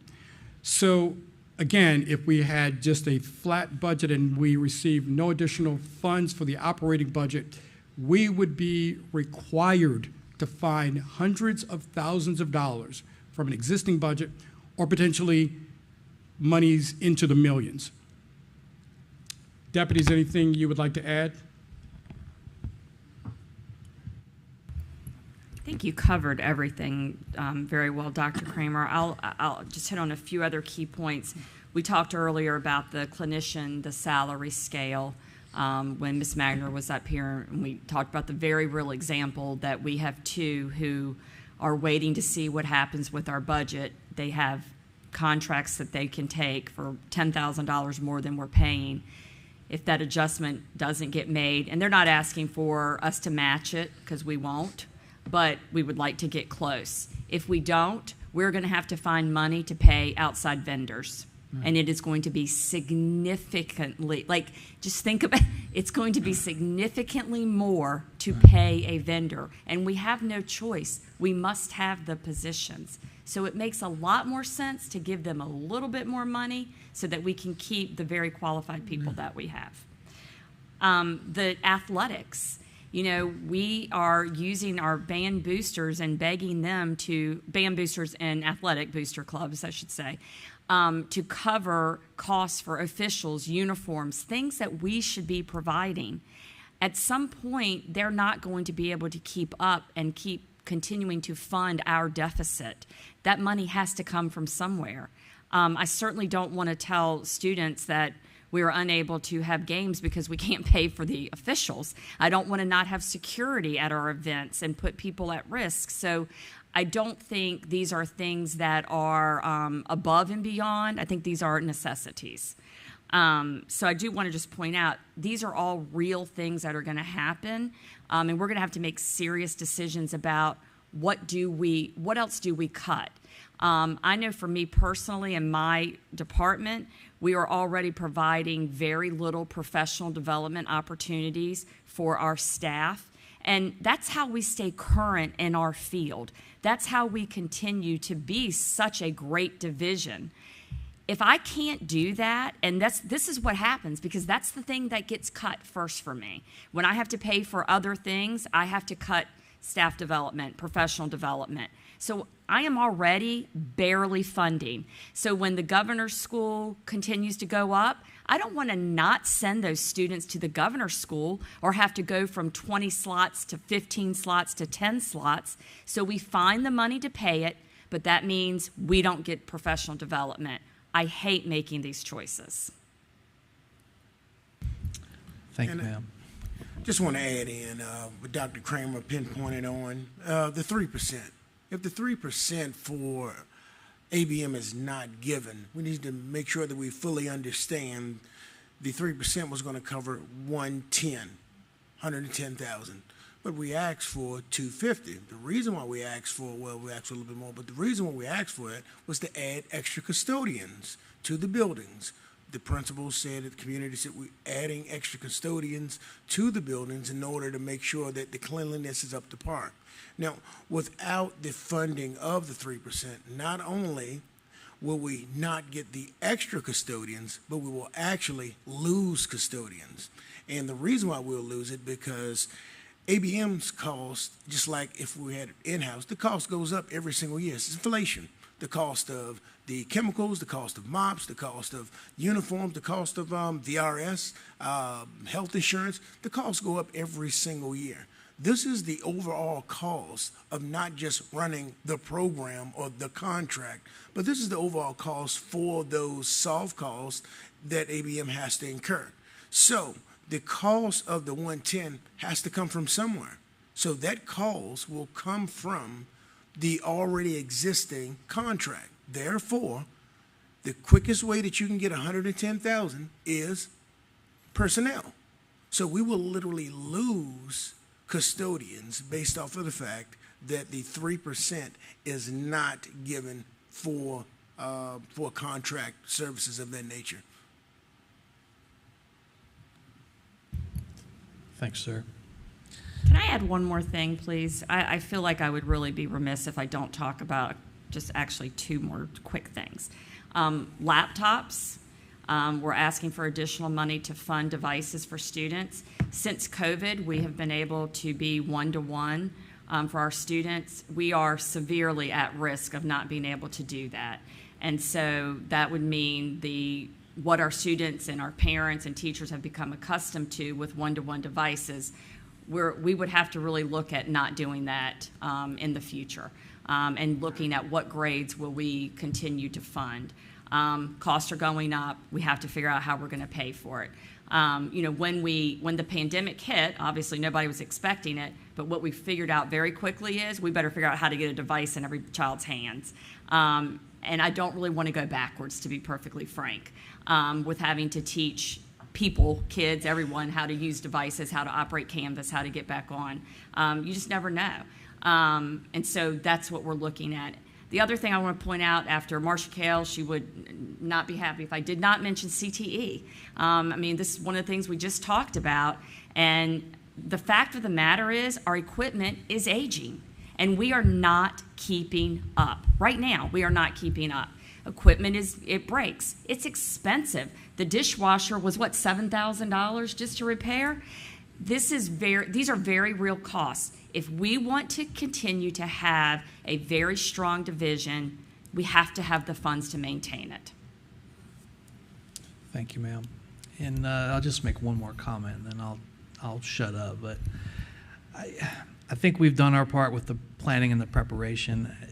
The purpose of this the purpose of asking to bring this up tonight and have this conversation was just to set expectations, so that we know the possibilities. Planning to fail is failing to plan. We don't know what we're going to get, how it's going to come out in the wash, but we have to set clear expectations. And on that, I'll just turn it over for any other questions or comments. Yeah, Dr. Kramer, I just have one question. I'm pretty sure I know the answer to this, but I just want to ask it publicly.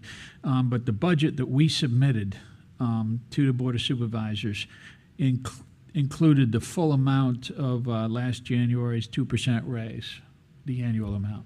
Absolutely. Okay. I mean, the expectation is whenever there is a raise, that raise is automatically rolled over into the next fiscal year. So Exactly.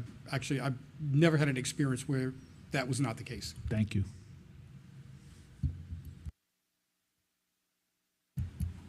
All right, pending any other comments, I think we can move on. I just wanted to kind of get that out. Thank you for putting that together. And I know that was short notice, so. Well, it takes us down to policies for second read. Mr. Booster, I know you wanted to make some comments on this. Mr. Chair, I do actually. There's still 3 policies which I believe should have some revisions made. So at this point, I would like to make a motion. I move to table policies JFCF, EBBA, and JOB for further discussion, review, and revision. Second. And Mr. Chair, I believe our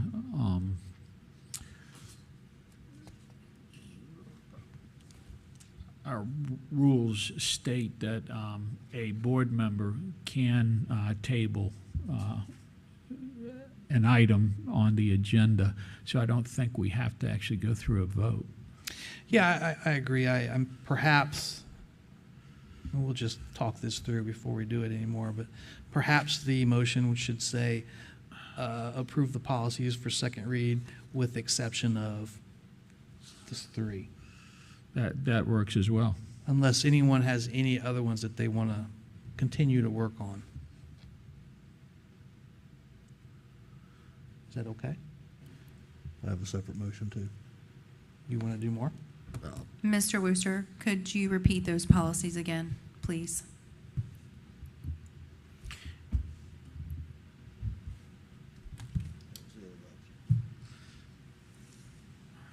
Yeah, so how about you substitute your motion with that one? Okay. I would like to substitute my previous motion. What, did you even second it? Has anyone seconded it? Okay, Yes. yeah, we can substitute. So do I need to rescind it or just make a substitution? Okay. Do a motion to substitute and approve the substitute motion, okay? Okay, I move to substitute, I don't even know how to word this. I think you can say substitute the previous motion with whatever motion you want to Okay, make next thank and you. approve it as well. All right, I move to substitute my previous motion to approve policies for second read as presented, excluding policies JFCF, EBBA, and JOB. I'll second it. Are there any discussions?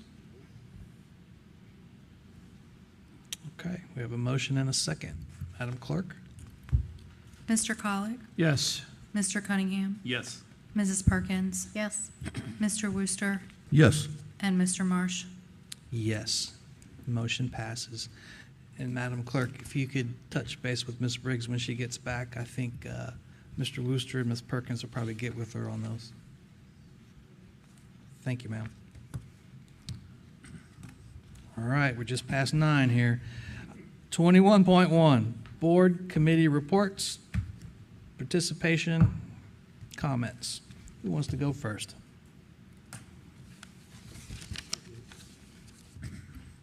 So as Dr. Kramer mentioned, I attended the Day at the Farm with the VSBA representatives. Had a good time out there, saw a few things, talked to a few of the state reps as well as the VSBA representatives. I also went to the reverse job fair. Now that was a lot of fun. I was able to talk to some of the students about their future job opportunities, about where they're going to go to college, what they want to do with what they've learned in our CTE program, and gave them a few ideas, particularly to some of the folks in the medical field that were going there.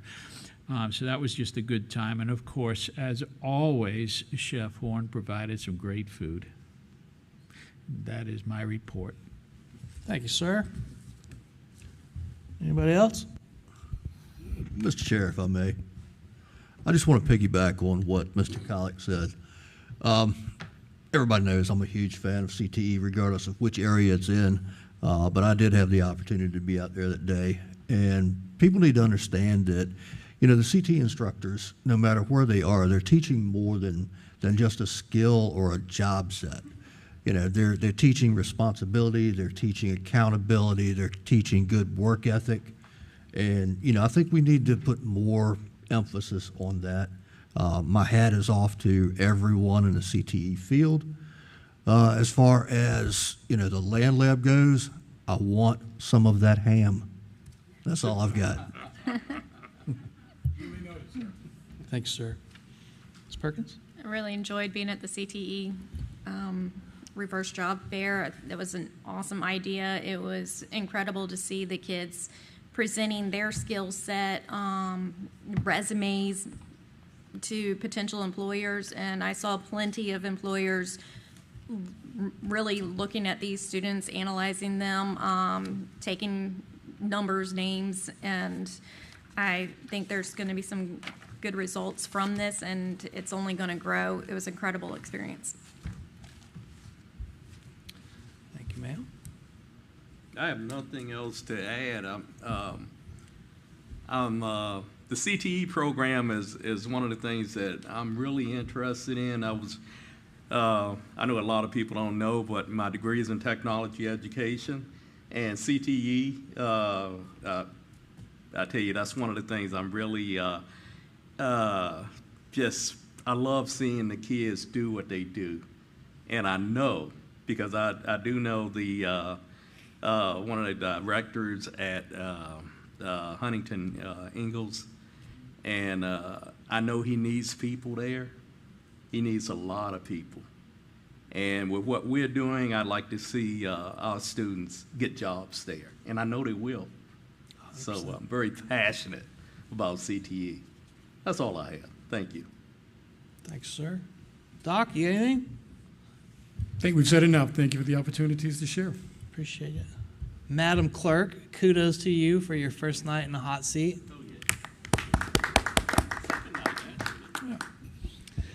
I'll shift gears a little bit. To my fellow board members, Mr. Attorney, Superintendent and staff. So I'll speak for myself. For the past few months, this whole budget thing has been consuming to me.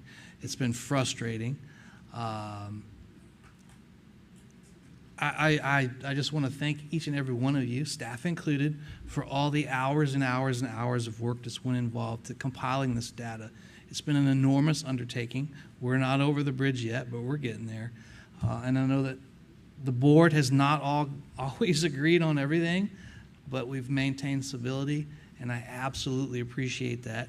And if at times I've come across as crass and maybe a little bit aggressive, I apologize, Mrs. Perkins. I am a bit stressed with the numbers, so I look forward to what's in the future, and we'll just, whatever gets landed in our lap, we'll figure it out and carry on smartly. So let's call it a night. Thanks.